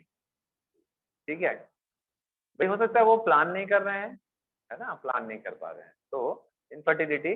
अब इनफर्टिलिटी जो होता है, समझ आ गया होगा इनफर्टिलिटी क्या, इसका कॉज क्या है, इसका कॉज क्या है, मतलब कारण क्यों इनफर्टिलिटी की प्रॉब्लम बढ़ रही है। आजकल इनफर्टिलिटी की प्रॉब्लम बहुत बढ़ रही है। Major cause is stress. सोच लो बेटा, स्ट्रेस नहीं लेना है, तो मेजर कॉज इज स्ट्रेस। तो स्ट्रेस क्यों? काम का, लाइफस्टाइल का, ठीक है, लाइफस्टाइल डिसऑर्डर। लाइफस्टाइल लोगों का सही नहीं है, कभी भी खा रहे हैं, कभी भी सो रहे हैं, कभी भी उठ रहे हैं, कभी भी कुछ भी जो मर्जी आ रहा है, ठीक है, जाग रहे हैं, कभी रात भर जाग के मूवी देख रहे हैं, ठीक है, 2-2, 3-3 बजे सो रहे हैं, दोपहर को 2 बजे तक सो रहे हैं, कभी जल्दी सो रहे हैं, कभी लेट से सो रहे हैं, कभी सोच नहीं रहे हैं, घूम रहे हैं, नाइट ड्राइव पे जा रहे हैं, ऐसा होता है आजकल। एंड काम का स्ट्रेस, तो ये बहुत सारे कारण है। एंड एडिक्शन, नशे जैसे टोबैको हो गया, अल्कोहल हो गया, इन सब से भी इनफर्टिलिटी कॉज होता है, ये भी एक कारण होता है इनफर्टिलिटी। समझ आ रहा है बेटा ऑनलाइन वाले लोगों को? यस ठीक है, यस सर। Yes. अब मैंने एक कार बता दिया कि भाई स्ट्रेस है, ठीक है, लाइफस्टाइल डिस्टरबेंसेस है, और ड्रग एडिक्शंस हैं, कोई ड्रग ले रहे हैं या कोई नशा कर रहे हैं, अल्कोहल ले रहे हैं, टोबैको नशा कर रहे हैं, इससे भी क्या होता है, इनफर्टिलिटी कॉज होता है। ठीक है, न्यूट्रिशनल डेफिशिएंसीज हैं। अब समझ आ रहा है मैं क्या क्या बोल रहा हूँ? कॉज में लिखना पड़ेगा क्या? सब नोट्स में है, मैं इसलिए नहीं लिख रहा हूँ। लिखना पड़ेगा क्या बेटा, बोलो तो। No sir. ठीक है, तो कॉज में समझ आ गया। न्यूट्रिशनल डेफिशिएंसी के कारण भी होता है, न्यूट्रिशनल डेफिशिएंसीज के कारण भी होता है, ठीक से खाना पीना नहीं हो रहा है, समझ आ रहा है, खाली बोरे बासी खा रहे हैं। मैं तो एग्जांपल दे रहा हूँ, मतलब सिर्फ चावल ही खा रहे हैं ऐसा नहीं, विटामिन मिनरल्स की भी जरूरत होती है गैमेटोजेनेसिस के लिए, गैमेट फॉर्मेशन के लिए अलग अलग टाइप के विटामिन एंड मिनरल्स की जरूरत है। समझ आया बात? ठीक है, तो ये सारे कॉज हैं इनफर्टिलिटी के। अब इनफर्टिलिटी में क्या क्या हो सकता है, इनफर्टिलिटी कैसे कैसे हो सकता है, ठीक है, किसके कारण, तो मैंने बता दिया इनफर्टिलिटी जो रहता है वो मेल एंड फीमेल दोनों में हो सकता है, मेल में भी हो सकता है और फीमेल भी इनफर्टाइल हो सकती है। सबसे ज्यादा कौन, अकॉर्डिंग टू सास लोग, अकॉर्डिंग टू सास लोग, सास समझते हैं ना, सासू माँ लोग के according females are more responsible than male for infertility. Child produce नहीं हो रहा है, इसका सबसे पूरा का पूरा मटका फोड़ा जाता है बहुओं पर। लेकिन according to research and data analysis, male reason of infertility या मेन वर्डिक्ट ऑफ, वर्डिक्ट नहीं बोलेंगे, कोई गुनाहगार थोड़ी ना है वो, ठीक है, तो मेन इनफर्टिलिटी जो होता है मेल एंड फीमेल में, तो वो मेल्स में ज्यादा पाया जाता है। तो मेल्स में इनफर्टिलिटी के केसेस ज्यादा रिपोर्ट होते हैं, ठीक है, कंपेरिजन टू फीमेल। समझ आया बात? समझ आ रहा भैया? Yes. क्यों भाई विश्वाम्बर, ये ऐसा आयुषी, क्लियर है। आयुषी आज कैसे गायब हो गए, बाहर गई हो? Yes sir, out of station थोड़ा। तो लेट आई हो बेटा। समझ आया भाई? रेणुका, मुकुट, परमिंदर, Yes. कृतिका, अर्षिता, यस चलो चलिए ठीक है। तो मेल इनफर्टिलिटी ज्यादा रिपोर्ट होता है देन फीमेल, ठीक। मेल में इनफर्टिलिटी के क्या क्या रीजंस हो सकते हैं, मतलब इनफर्टिलिटी क्यों होगा, मेल में इनफर्टिलिटी कैसे होगा, क्या क्या हो सकता है भाई? सीधी सी बात है, गैमेटोजेनेसिस में कोई प्रॉब्लम, मतलब मैंने आपको बताया कि जो गैमेट्स हैं कितने बनने चाहिए, 200 to 300 मिलियंस बनने चाहिए, उसमें से 60% नॉर्मल शेप एंड साइज के होने चाहिए, उसमें से 40% विगरस मोटिलिटी वाले होने चाहिए। इनमें से कोई भी चीज कॉम्प्रोमाइज हुआ तो वो इनफर्टिलिटी क्या शिकार बन जाएगा। समझ आया बात? मतलब नंबर कम हो गए, स्पर्म का शेप एंड साइज डिस्टर्ब हो गया या स्पर्म की मोटिलिटी कम हो गई तो भी वो इनफर्टिलिटी होगा। क्यों? क्योंकि वो एग को फर्टिलाइज करने में इनकेपेबल है। समझ आया बात? ठीक है। दूसरा, ट्रांसपोर्ट ऑफ गैमेट में कोई प्रॉब्लम, ट्रांसपोर्ट ऑफ सेमेन और गैमेट। सर, स्पर्म का शेप एंड साइज बिगड़ता क्यों है? ठीक से मैच्योरेशन नहीं हो पाता है बेटा, जो स्पर्मियोजेनेसिस होता है, शेप एंड साइज क्यों बिगड़ता है बोल रहे हैं, तो भैया हम लोगों ने देखा है गैमेटोजेनेसिस में नॉर्मल ये क्या बनता है,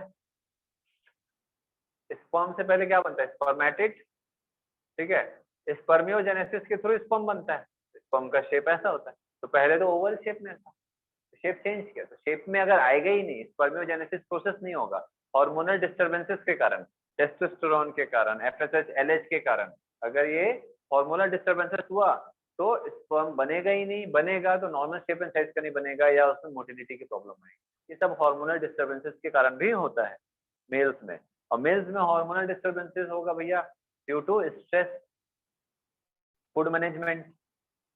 समझ आ रहा बात? ठीक है। अदर फिजियोलॉजिकल डिसीजेस या ड्रग एडिक्शन, ये सबके कारण भी होता है। समझ आया? ठीक है। Yes sir. Transport of semen या गैमेट, ट्रांसपोर्ट ऑफ सेमेन और गैमेट, तो inability to transport of gamete और semen into female genital tract. अब भाई सीधी सी बात है, इनएबिलिटी टू ट्रांसपोर्ट है ना, तो है ना, इनएबिलिटी टू ट्रांसपोर्ट, अब ट्रांसपोर्ट नहीं कर पा रहे,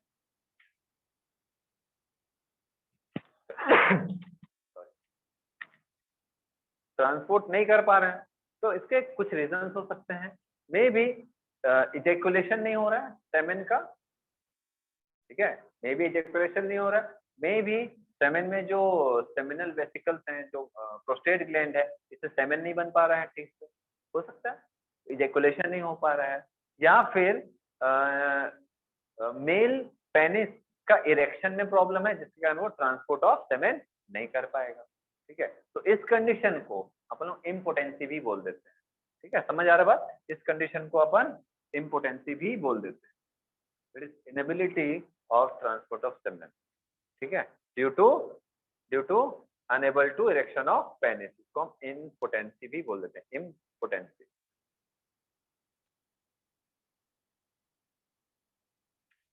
ठीक है, क्लियर हो रहा है? चीजें क्लियर है बेटा? कैसे कैसे मेल में इनफर्टिलिटी कॉज होगा? तो ध्यान रखिएगा, हार्मोनल इम्बैलेंस तो बहुत बड़ा प्रॉब्लम होता है, that is gonadotropin hormone and testosterone hormone का जो लेवल मैनेजमेंट है वो बहुत इंपॉर्टेंट होता है। ठीक है, चलिए अब फीमेल में कैसे हो सकता है? फीमेल में इम्पोटेंसी कैसे हो सकता है, या सॉरी इनफर्टिलिटी कैसे हो सकता है? कुछ reason, there is a lack of ovulation,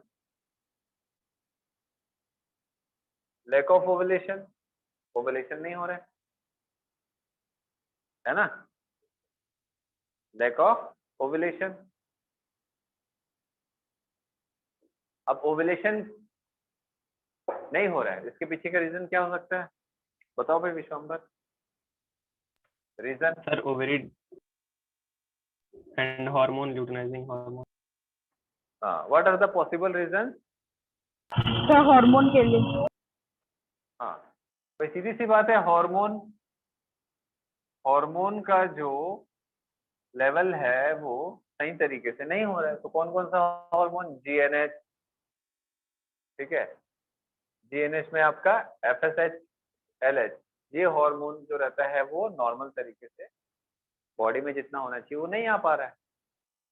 FSH, LH क्या करते हैं? फॉलिकल्स का डेवलपमेंट करते हैं, और एलएच बहुत बढ़ेगा तो ओवुलेशन होगा। तो अगर ये चीजें नहीं होंगी तो मैच्योरेशन ऑफ एग नहीं होगा, ना ही ओवुलेशन होगा एग का।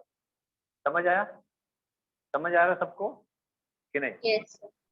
हाँ, तो एक तो रीजन हो गया लैक ऑफ ओवुलेशन। देन अगर ओवुलेशन हो भी गया, ओवुलेशन हो भी गया तो मे बी यूट्रस या सर्विक्स जो है, ठीक है, उसका कोई एसिडिक पीएच ज्यादा हो, या फिर ऐसा कंडीशन हो कि स्पर्म मूव नहीं कर पा रहा है एग तक, या एग का मूवमेंट फैलोपियन ट्यूब तक नहीं हो पा रहा है।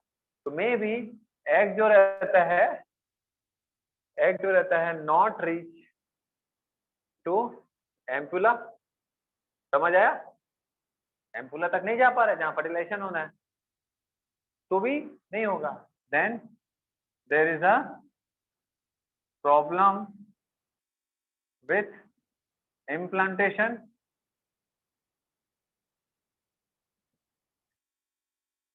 and embryonic development। अब ये कैसे हो सकता है? implantation and embryonic development fully dependent on which hormone? Progesterone. Progesterone, है ना? तो ये जो रहता है that is lack of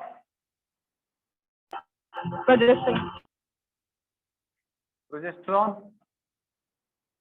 progesterone hormone की लैकिंग होगी, कम बनेगा या नहीं बनेगा कॉर्पस लूटियम से, तो भी इम्प्लांटेशन के लिए जितना थिकनेस चाहिए उतना नहीं मिलेगा यूट्रस में। और अगर इम्प्लांटेशन हो भी गया तो फर्दर एम्ब्रियोनिक डेवलपमेंट बिना प्रोजेस्टेरॉन के नहीं होने वाला। समझ आया इतना? समझ आया? Yes. Yes Yes, sir. sir. चलो, तो हम लोगों ने सारे पॉसिबल रीजन देख लिए हैं मेल और फीमेल में इनफर्टिलिटी के। ठीक है, हम लोगों ने कारण देख लिया, अब इसका इलाज भी देखेंगे कि भैया हम इनफर्टिलिटी को मेल या फीमेल में कैसे करेक्ट कर सकते हैं, कैसे ठीक कर सकते हैं। इनफर्टिलिटी का सिंपल सा मीनिंग है कोई कपल चाइल्ड रिप्रोड्यूस नहीं कर पा रहा है। तो हम अब जो ट्रीटमेंट देखेंगे वो हम क्या देखेंगे कि भाई सीधी सी बात है, कोई एक कपल को चाइल्ड रिप्रोड्यूस करा के देंगे। तो जिस टेक्निक के द्वारा हम चाइल्ड रिप्रोड्यूस करवाते हैं उसको हम लोग बोलते हैं ART, क्या बोलते हैं? ART, आरती, आरती नहीं, ये क्या है? ART। ऐसे हड़बड़ा क्यों गए थे? आरती बोलते ही सुन हो गया था दिन। हाँ, तो इसको लिख लिए क्या? मैं मिटा रहा हूँ इसको बेटा, ये सब ये स्क्रीनशॉट ले दो। Yes, sir. Yes, sir.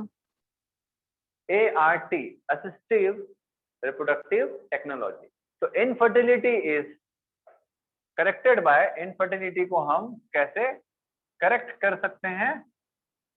corrected by ART, that is assistive reproductive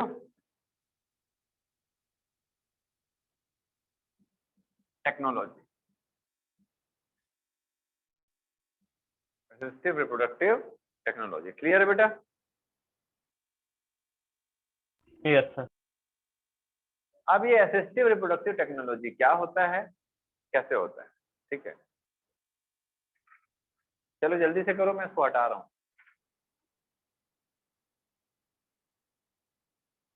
Yes, sir.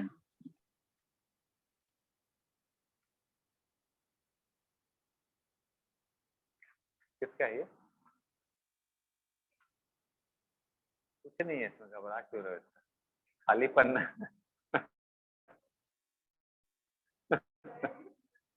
खाली पन्ना है ये ऐसा खाली पन्ना है, मैं ऐसा बोल रहा हूँ ताकि आप लोग मान, सीक्रेट है,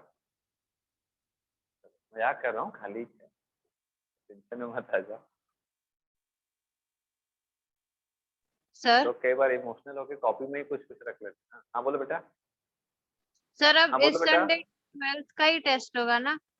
इस संडे 12th का टेस्ट होगा, ठीक है, और इस संडे ये पूरा आएगा, और बीच में मैं एक क्लास आप लोग का और लूंगा, क्योंकि वहां पर प्रिंसिपल ऑफ अटेंडेंस काफी हो गया है, तो मैं आप लोगों को भी आगे करना चाह रहा हूँ। बराबर रहेगा तो ठीक रहेगा, ठीक है। एक क्लास और मैं बीच में लूंगा आप लोगों का, हो सकता है कि मैं ऑनलाइन दूं मॉर्निंग में। आप लोग आ पाओगे Yes, sir. मॉर्निंग में? कहीं और जाते हो? दुकान उकान? मॉर्निंग में बेटा 8 से 10, Yes, sir. नहीं सुबह 7 से रखें, 6 से रखें। Okay, sir. मैं उठ जाता हूँ जल्दी, है।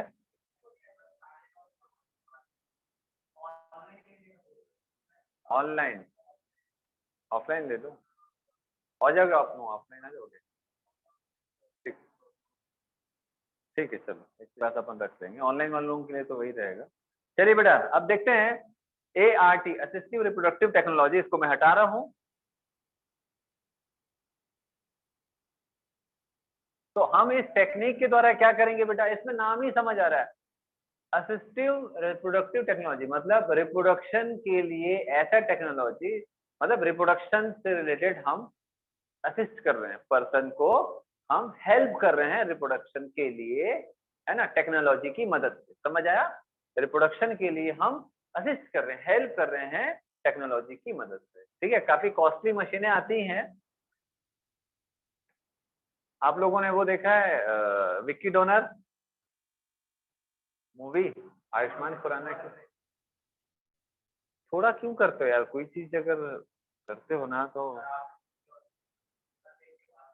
नहीं तो मैं उसको कंप्लीट करता हूँ, लेकिन चालू करता हूँ तो मैं कंप्लीट करता हूँ। भले मैं 1 हफ्ते में कंप्लीट करूंगा मूवी, लेकिन मैं कंप्लीट करूंगा, आधा छोड़ के नहीं रहना। आधा छोड़ना बेकार है, आधा ज्ञान भी बेकार है। ज्ञान लो तो पूरा लो, नहीं तो मत।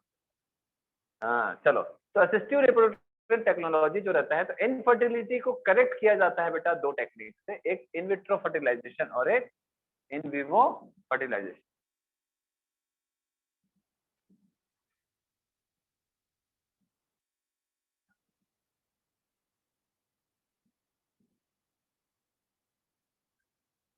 ओप्पो भी आएगा वीवो के बाद? नहीं क्यों भाई, वीवो के साथ ओप्पो आएगा कि नहीं आएगा? अलग हो जाएगा? चलो, तो ओप्पो नहीं आएगा, खाली in vitro and in in vivo fertilization. अब देखो ये क्या चीज होता है, इन विट्रो फर्टिलाइजेशन का मतलब होता है fertilization outside the body, fertilization outside the body, ठीक है। इन विवो फर्टिलाइजेशन क्या होता है, फर्टिलाइजेशन इनसाइड द बॉडी। इसको ध्यान से समझना, यहाँ से एक क्वेश्चन आता है, इनफर्टिलिटी से मिनिमम गिरी हालत में एक क्वेश्चन आएगा नीट, लगभग हर साल आता है। कारण क्या है, आजकल इनफर्टिलिटी के केस इंडिया में बहुत बढ़ रहे हैं और ये टेक्नोलॉजी ART के टेक्नोलॉजी काफी यूज में आ रहा है, किसी एक कपल को चाइल्ड रिप्रोड्यूस करने में हेल्प करता है। समझ आया बात? इसी को हम शॉर्ट में बोलते हैं IVF, इसको हम शॉर्ट में बोलते हैं IVF। आप लोगों ने पेपर में कभी पढ़ा होगा IVF टेक्निक, IVF के द्वारा है ना माँ बनने का सुनहरा मौका पाइए, इंदिरा IVF, माखीजा IVF, बहुत दिखता है ये, टेस्ट ट्यूब बेबी, है ना। तो एक्चुअल में IVF के थ्रू ही टेस्ट ट्यूब बेबी प्रोग्राम किया जाता है। तो IVF को हम लोग IVF को ही हम टेस्ट ट्यूब बेबी भी बोल देते हैं, ठीक है। Test tube baby programme. Paper में आप पेपर तो पढ़ते नहीं होंगे आप लोगों के पास समय नहीं रहता है। न्यूज़पेपर पढ़ना चाहिए, हाँ न्यूज़पेपर पढ़ना चाहिए, इससे आपके एनवायरनमेंट में क्या हो रहा है ये थोड़ा सा आइडिया रहता है। मुश्किल से 10-15 मिनट ही लगते हैं, आप हेडिंग पढ़ लो और जहाँ आपका इंटरेस्ट है उसको ज्यादा पढ़ लो, है ना। इंटरेस्ट लेकिन अच्छा होना चाहिए आप, खराब इंटरेस्ट नहीं। इंदिरा IVF, चलो सर इसको टेस्ट ट्यूब बेबी क्यों? टेस्ट ट्यूब बेबी क्यों बोलते हैं हम देखेंगे क्यों बोलते हैं। अच्छा, इसको टेस्ट ट्यूब बेबी क्यों बोलते हैं, क्योंकि बच्चा कहाँ प्रोड्यूस होगा, टेस्ट ट्यूब में। पूरा बच्चा बड़ा होने तक कितना, इतना छोटा, इतना कितना, बहुत छोटा सा फीटस, कितना महीने तक का, सर जायगोट। 2 to 3 week. बाप रे, देखो test tube baby is a misnomer. क्या है ये, मिसनोमर का मतलब होता है जैसा नाम वैसा काम नहीं, जैसा नाम है वैसा उसका काम नहीं है। टेस्ट ट्यूब बेबी का मतलब ये नहीं है कि बेबी टेस्ट ट्यूब में ही पैदा होगा या टेस्ट ट्यूब में ही ग्रो होगा, ऐसा नहीं होता है। वो एक मिसनोमर है, मतलब जैसा नाम वैसा काम नहीं है ना भाई। जैसे फॉर एग्जांपल आपका नाम क्या है, तो मतलब नहीं मालूम है, डेविड का मतलब भी नहीं मालूम मैंने। भार्गव क्या होता है, कोई ऋषि मुनि का नाम है पुराने जमाने में, बट ऐसा कुछ है नहीं, तो ये मिसनोमर है, बस समझ आ रहा है, ठीक है। आपका नाम क्या है, विनायक। अब भगवान के नाम पे अपन ज्यादा कमेंट नहीं मारेंगे तो आहत हो जाएगी। चलिए, तो test tube is a misnomer. ऐसा बिल्कुल नहीं समझना है कि टेस्ट ट्यूब में बच्चा पैदा होता है या बच्चा ग्रो करता है या फिटस का ग्रोथ होता है, ऐसा बिल्कुल नहीं। ठीक है, तो ये होता क्या चीज है, in vitro fertilization and in vivo fertilization. तो बॉडी के बाहर, अब देखो बेटा ये कब किया जाता है, जैसे फॉर एग्जाम्पल मान के चलो male is infertile and female is normal. समझ रहे हो आप लोग, सुन रहे हो बेटा? Yes, sir. Yes male is infertile and female is normal. इसका मतलब ये है कि फीमेल, ठीक बोला ना, फीमेल नॉर्मल है, रिप्रोडक्टिव साइकिल सारा चीज चल रहा है, मेंस्ट्रुअल साइकिल चल रहा है, एग हो रहा है, इम्प्लांटेशन पॉसिबल है उसमें। Male partner is unable to produce sperm. तो इस कंडीशन में क्या करते हैं कि किसी डोनर का स्पर्म लेते हैं, जैसे विक्की डोनर एक मूवी है, इस पूरा इसी टेक्निक पे ही बेस्ड है एक्चुअल में। IVF या टेस्ट ट्यूब बेबी पर ही एक पूरी मूवी बनी हुई है। किसी का भी स्पर्म ले सकते हैं। अब किसी का भी का मतलब ऐसे नहीं इंडिया वाले नाइजीरियन का स्पर्म लेके बना रहे हैं, कोई कॉम्बिनेशन ही नहीं आएगा, ऐसा नहीं होता है। समझ रहे हो, जैसे साउथ अफ्रीका वाले लोगों का आप ले लिए, हाँ तो भैया उनका कलर बॉडी का स्ट्रक्चर बिल्कुल अलग है ना, इंडियन जैसा नहीं है, तो अजीब टाइप का हो जाएगा। समझ आ रहा बात? ठीक है।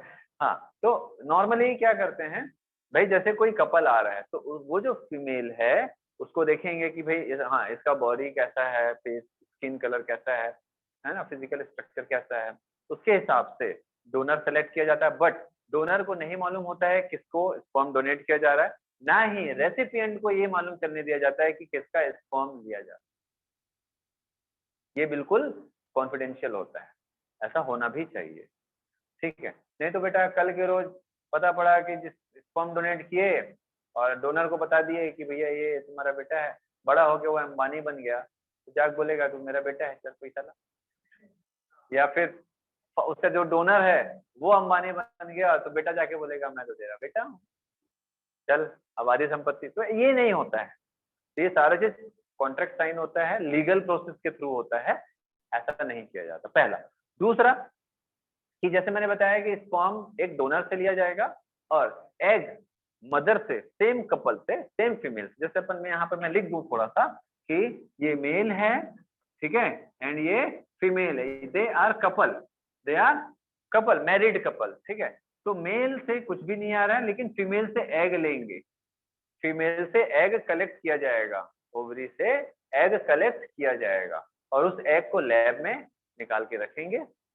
ठीक है, ग्लास बहुत सारे ऑपरेटर्स होते हैं, और कोई डोनर अगर मेल से स्पर्म नहीं बन रहा है तो हम क्या करेंगे, डोनर से क्या करेंगे बेटा, स्पर्म लेंगे और इस स्पर्म के द्वारा इस एग को फर्टिलाइज करेंगे, जाइगोट बनाएंगे और फिर आगे का प्रोसेस करेंगे। ये मैं समझा रहा हूँ, अब आगे का प्रोसेस आगे बताऊंगा। ठीक है, ये एक तरीका हो गया।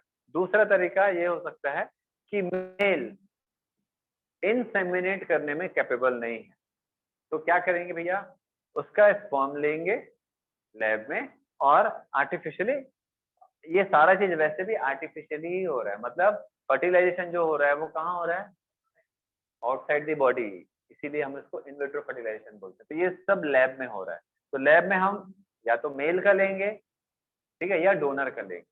इसका उल्टा भी हो सकता है कि male are normal and female are infertile.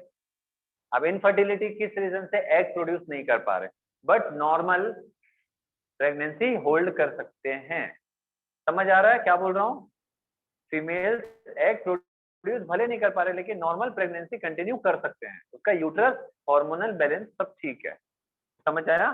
तो अगर मेल, फिर क्या करेंगे, मेल से स्पर्म लेंगे और एग अगर प्रोड्यूस नहीं हो पा रहा है तो किसी डोनर से, डोनर फीमेल से एग लेंगे और फिर फर्टिलाइजेशन करवाएंगे, और ये जो भी जाइगोट या अर्ली एम्ब्रियो होगा उसको इसी फीमेल में डाल देंगे। या ये भी हो सकता है कि फीमेल नॉर्मल एग प्रोड्यूस कर रही है, ध्यान से समझना।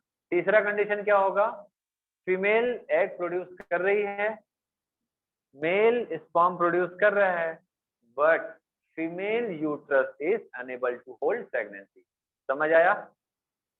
समझ आ रहा है? Yes. ऑनलाइन वालों को समझ आ रहा है भैया? Yes yes sir. अब इस कंडीशन में क्या करेंगे, अब इनको बच्चा तो चाहिए और उन्हीं के गैमेट के द्वारा बच्चा चाहिए, तो ये जो जाइगोट है या अर्ली एम्ब्रियो है, इसको हम लोग क्या करेंगे, एक सरोगेट मदर में डाल देंगे, सरोगेट मदर में इसको इम्प्लांट करवा देंगे। सरोगेट मदर समझते हैं? सर सुना है। सुने हो? Yes sir. किराए की कोख एक वर्ड आया है नया। ये क्या होता है कि जैसे कोई कपल है, इनमें गैमेट्स बन रहा है, बट फीमेल का यूट्रस, फीमेल का यूट्रस जो रहता है प्रेगनेंसी को सपोर्ट नहीं कर रहा है, तो हम क्या करेंगे, हम क्या करेंगे, कोई दूसरी जो फीमेल है जो प्रेगनेंसी को सपोर्ट कर सकती है उसके यूट्रस में उसको डाल देंगे, इस जाइगोट को।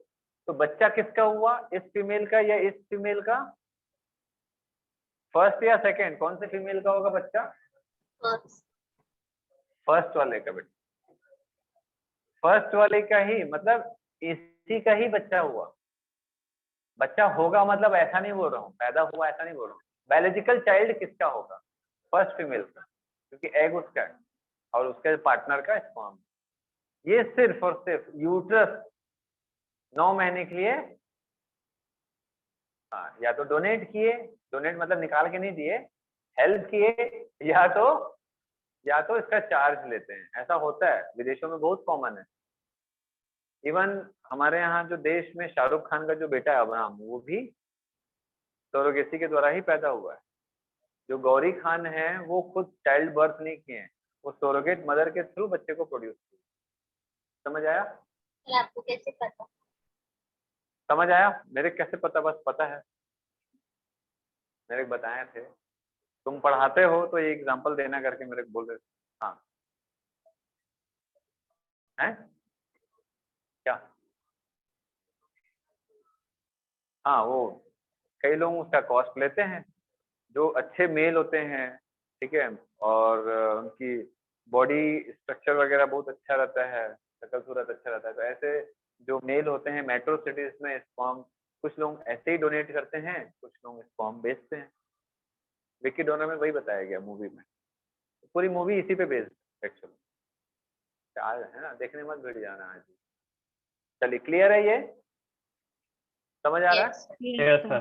चलिए, तो अब आते हैं बेटा, जो आईवीएफ है, जो टेस्ट ट्यूब बेबी है, इसमें क्या क्या प्रोसेस होता है।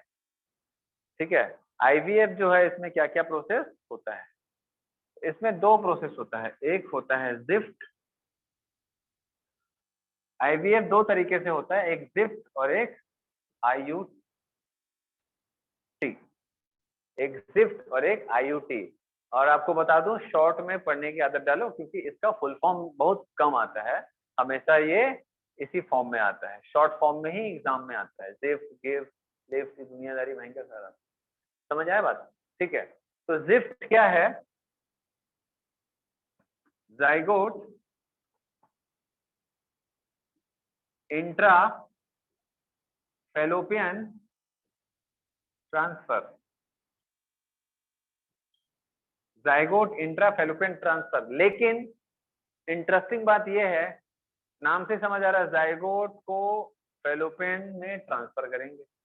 अब कैसे करेंगे? बाहर टेस्ट ट्यूब में बना लिए, सॉरी बाहर लैब में जाइगोट बना लिए, फर्टिलाइजेशन करवा लिए। अब उसके बाद क्या करें? इसको ट्रांसफर कर रहे हैं। कहाँ करें? नाम से समझ आ रहा है, फैलोपियन ट्यूब में। तो याद रखिएगा, क्वेश्चन आता है जिफ्ट में कौन सा सेल, कितने नंबर ऑफ सेल को ट्रांसफर किया जाता है? तो up to transfer up to 8 blastomere. मतलब क्या है? जाइगोट से लेकर के 8 सेल स्टेज, जाइगोट से लेकर के 8 सेल स्टेज को ही फैलोपियन ट्यूब में ट्रांसफर किया जाता है। सिर्फ ऐसा नहीं समझना है कि जाइगोट को ही फैलोपियन ट्यूब के अंदर डाला जाता है। क्या बोला मैंने? जाइगोट से लेकर के 8 सेल स्टेज, और 8 to 16 सेल स्टेज को मॉड्यूला बोलते हैं। तो zygote to 8 cell stage, that is transfer up to, ऐसे ही आता है एग्जाम में, अप टू 8 ब्लास्टोमियर। 8 ब्लास्टोमियर तक के कंडीशन को अगर हम लोग ट्रांसफर करेंगे तो उसको हम, उस प्रोसेस को क्या बोलते हैं? जिफ्ट। समझ आया? ये बहुत इंपॉर्टेंट है, एग्जाम में बहुत बड़ा है। Then next IUT. आईयूटी का फुल फॉर्म है intra uterine transfer. Intra uterine transfer, clear है बात? अब ये इंट्रा यूटराइन ट्रांसफर क्या है? ठीक है, transfer of early embryo, transfer of early embryo more than 8 blastomere. समझ आया? लाइक कितना? 16 और 32 ब्लास्टोमियर स्टेज। बेटा जो नए बच्चे हैं,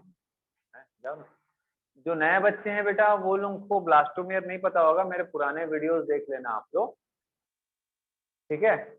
यूट्यूब में मेरे पुराने रिप्रोडक्टिव सिस्टम के लेक्चर्स देख लेना, एम्ब्रियोनिक डेवलपमेंट एंड इम्प्लांटेशन, उसमें आपको मिलेगा।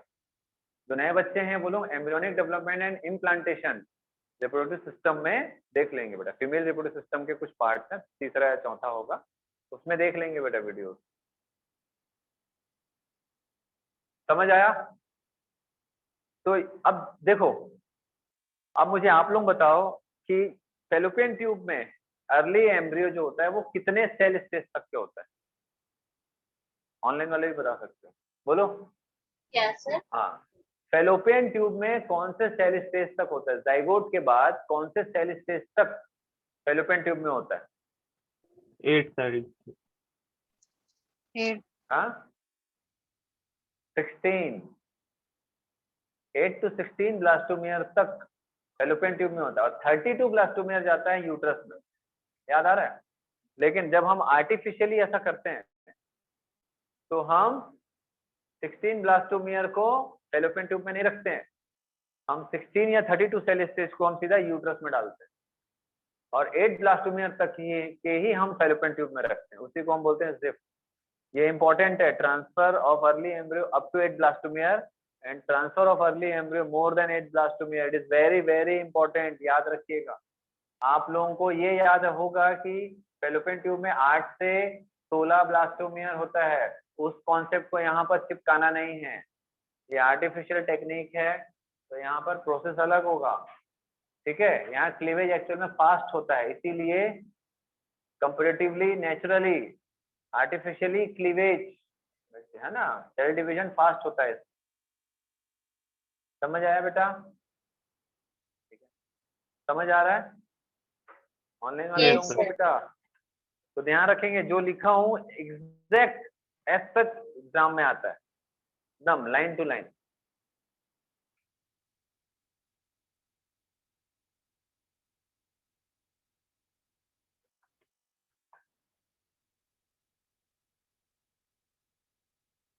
चलिए अब आते हैं इन vivo fertilisation.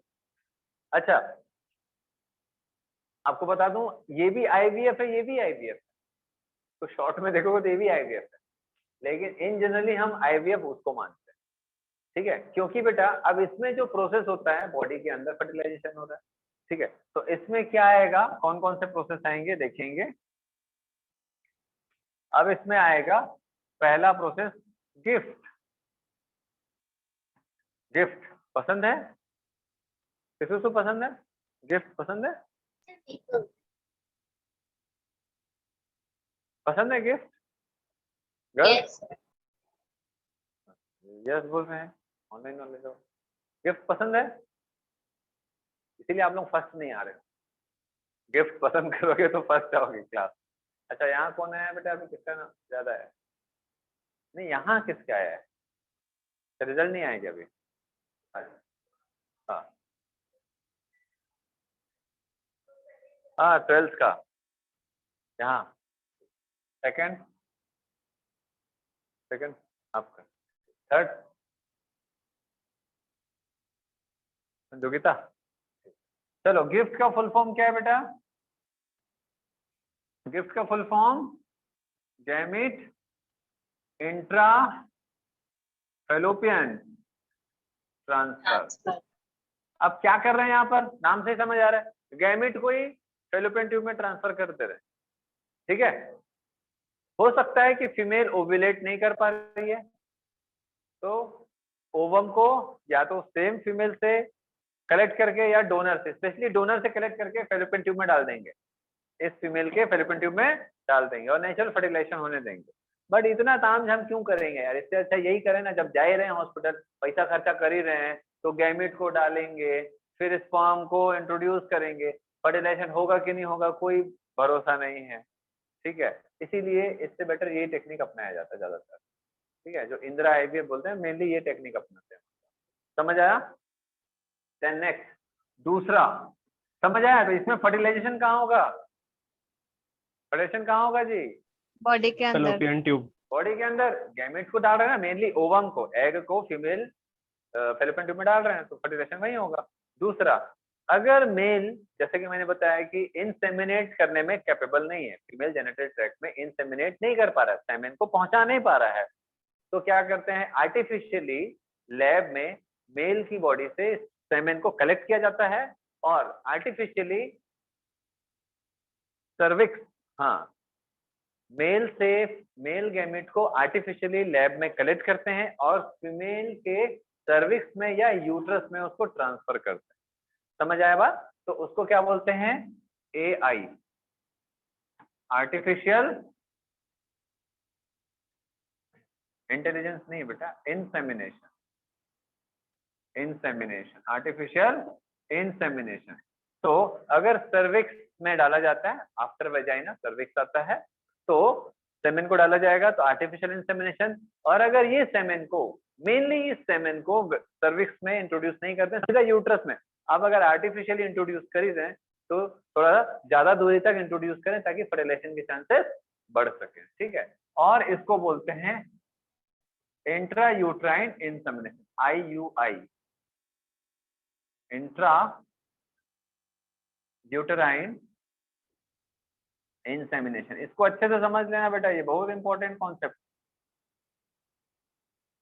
Intra uterine insemination. समझ आया बात? ठीक है।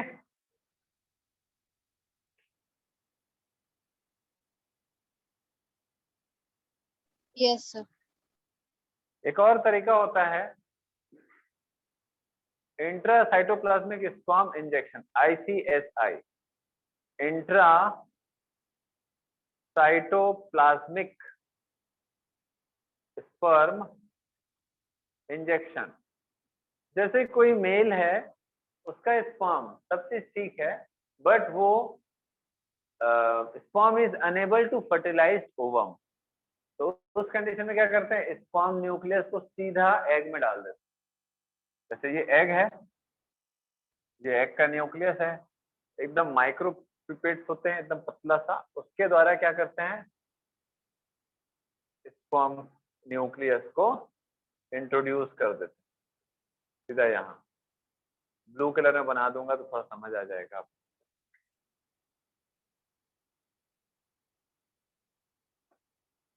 समझ आया? ये क्या हो रहा है, क्या कर रहे हैं, इंट्रा साइटोप्लाज्मिक, किसके साइटोप्लाज्म में, एग के साइटोप्लाज्म में क्या इंजेक्ट कर रहे हैं, स्पर्म को इंजेक्ट कर रहे हैं, इंट्रा साइटोप्लाज्मिक स्पर्म इंजेक्शन, ठीक है। फर्टिलाइजेशन कराने का एक तरीका है ये लैब में। क्लियर है बेटा? Yes. यस। चलिए,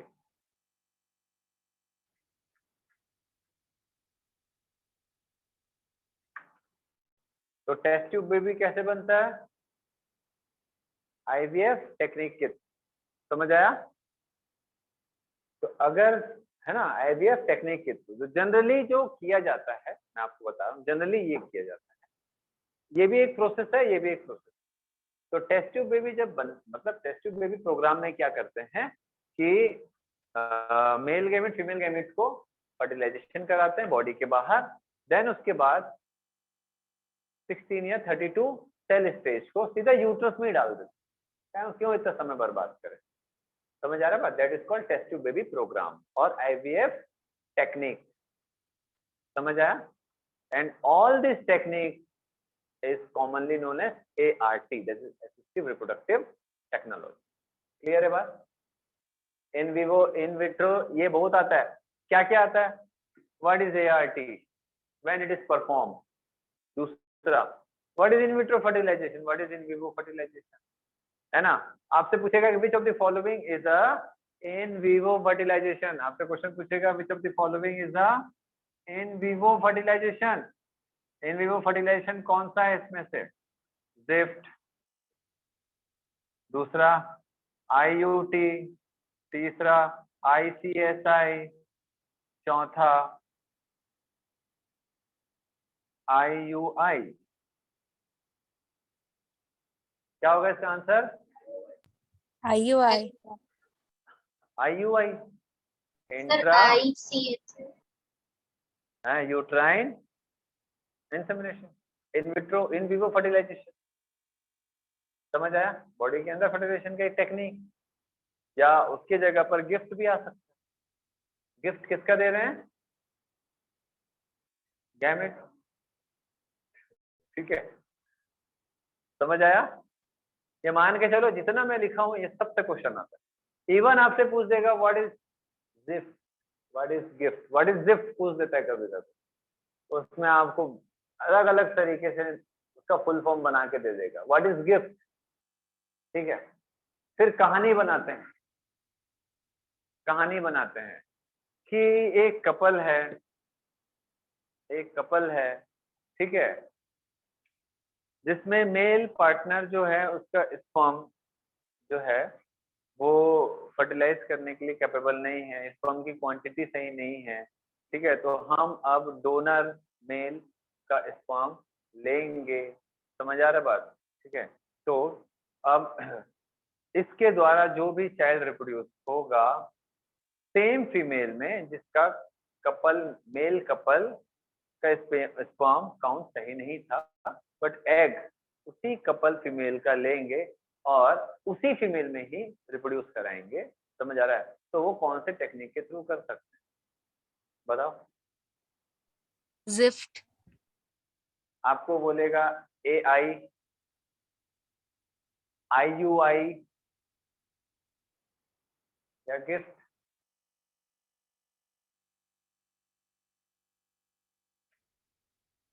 क्या क्या क्वेश्चन, मैंने समझ आया बात? पूरा नहीं लिख सकता मैं। एक मेल मतलब एक कपल है जिसका मेल पार्टनर का स्पर्म काउंट भी सही नहीं है और उसका स्पर्म एग को फर्टिलाइज करने के लायक भी नहीं।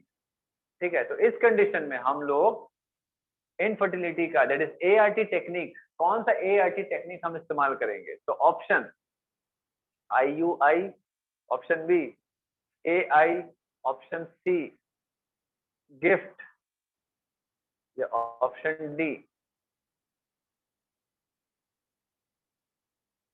IUT। IUT। गिफ्ट आएगा? Sir AI। IUT AI। क्यों AI क्यों होगा बेटा? उसका जो कपल है, मेल जो कपल है, उसका स्पर्म कैपेबल ही नहीं है फर्टिलाइजेशन के लिए, तो उसका स्पर्म को आर्टिफिशियल इंसेमिनेशन क्यों करेंगे? सर क्यों फीमेल IUT। ट्रैक में डालें, है ना? दूसरा IUI and AI both are same. Sir gift.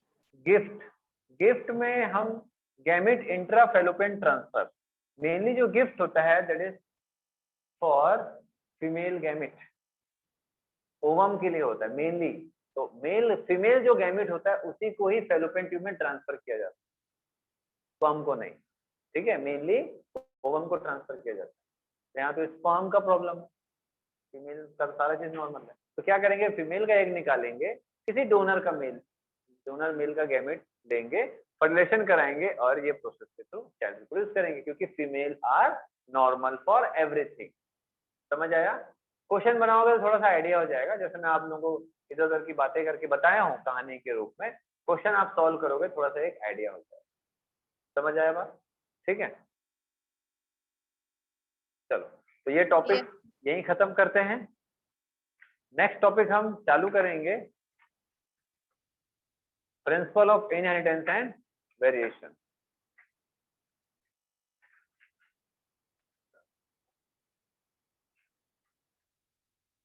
देखो इसमें बहुत सारे बिलीफ वगैरह भी दिए हुए हैं आप लोगों के कि ये जो है टेक्निक ये कोई सस्ता नहीं होता है, लाखों रुपए लग जाते हैं। ये जो ART है इसमें लाखों रुपए खर्च होते हैं और कोई जरूरी नहीं होता है कि चाइल्ड प्रोड्यूस हो गई हो।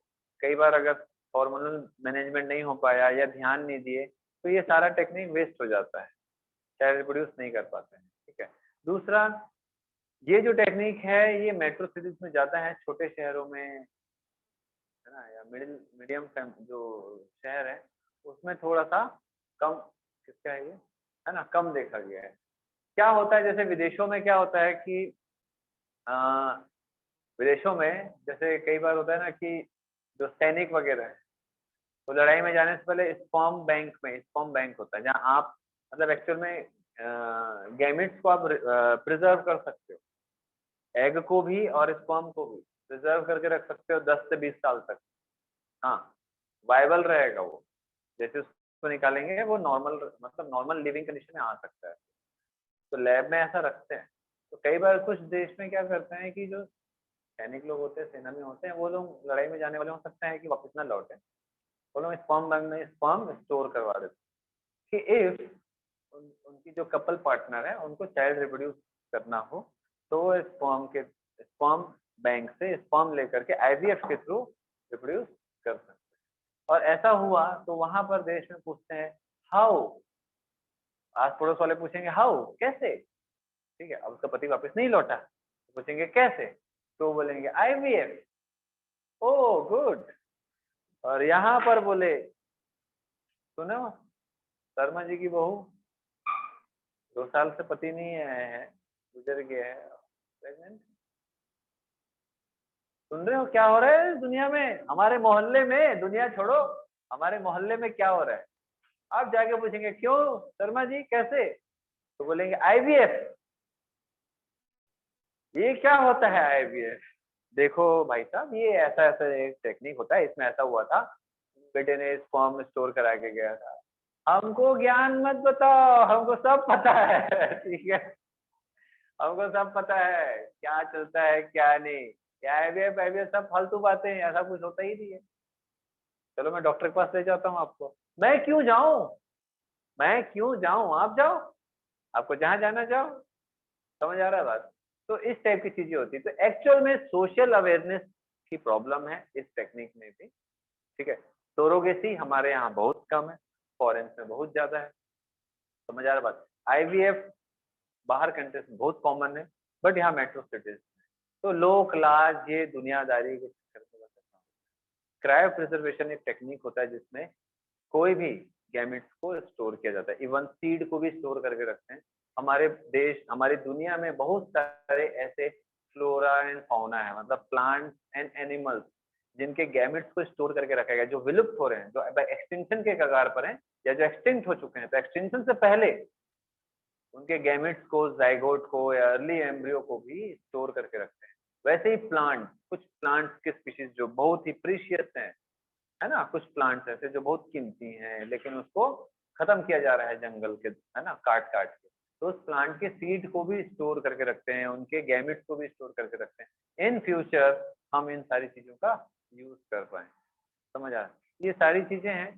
तो एक्चुअल में रिप्रोडक्टिव टेक्नोलॉजी या रिप्रोडक्शन से रिलेटेड चीजें हमारे देश में बहुत अच्छे से बताया नहीं जाता है, खुल के इन चीजों के बारे में डिस्कशन नहीं होता है, जिससे कि लोगों को बहुत सारी चीजें मालूम चले। इवन जो एसटीडीज होती हैं, सेक्सुअली ट्रांसमिटेड डिसीज, जब किसी को जेनेटल ऑर्गन से रिलेटेड प्रॉब्लम्स होती हैं तो वो पहले 4 दिन तो चुप रहते हैं, शायद अपने आप ठीक हो जाए।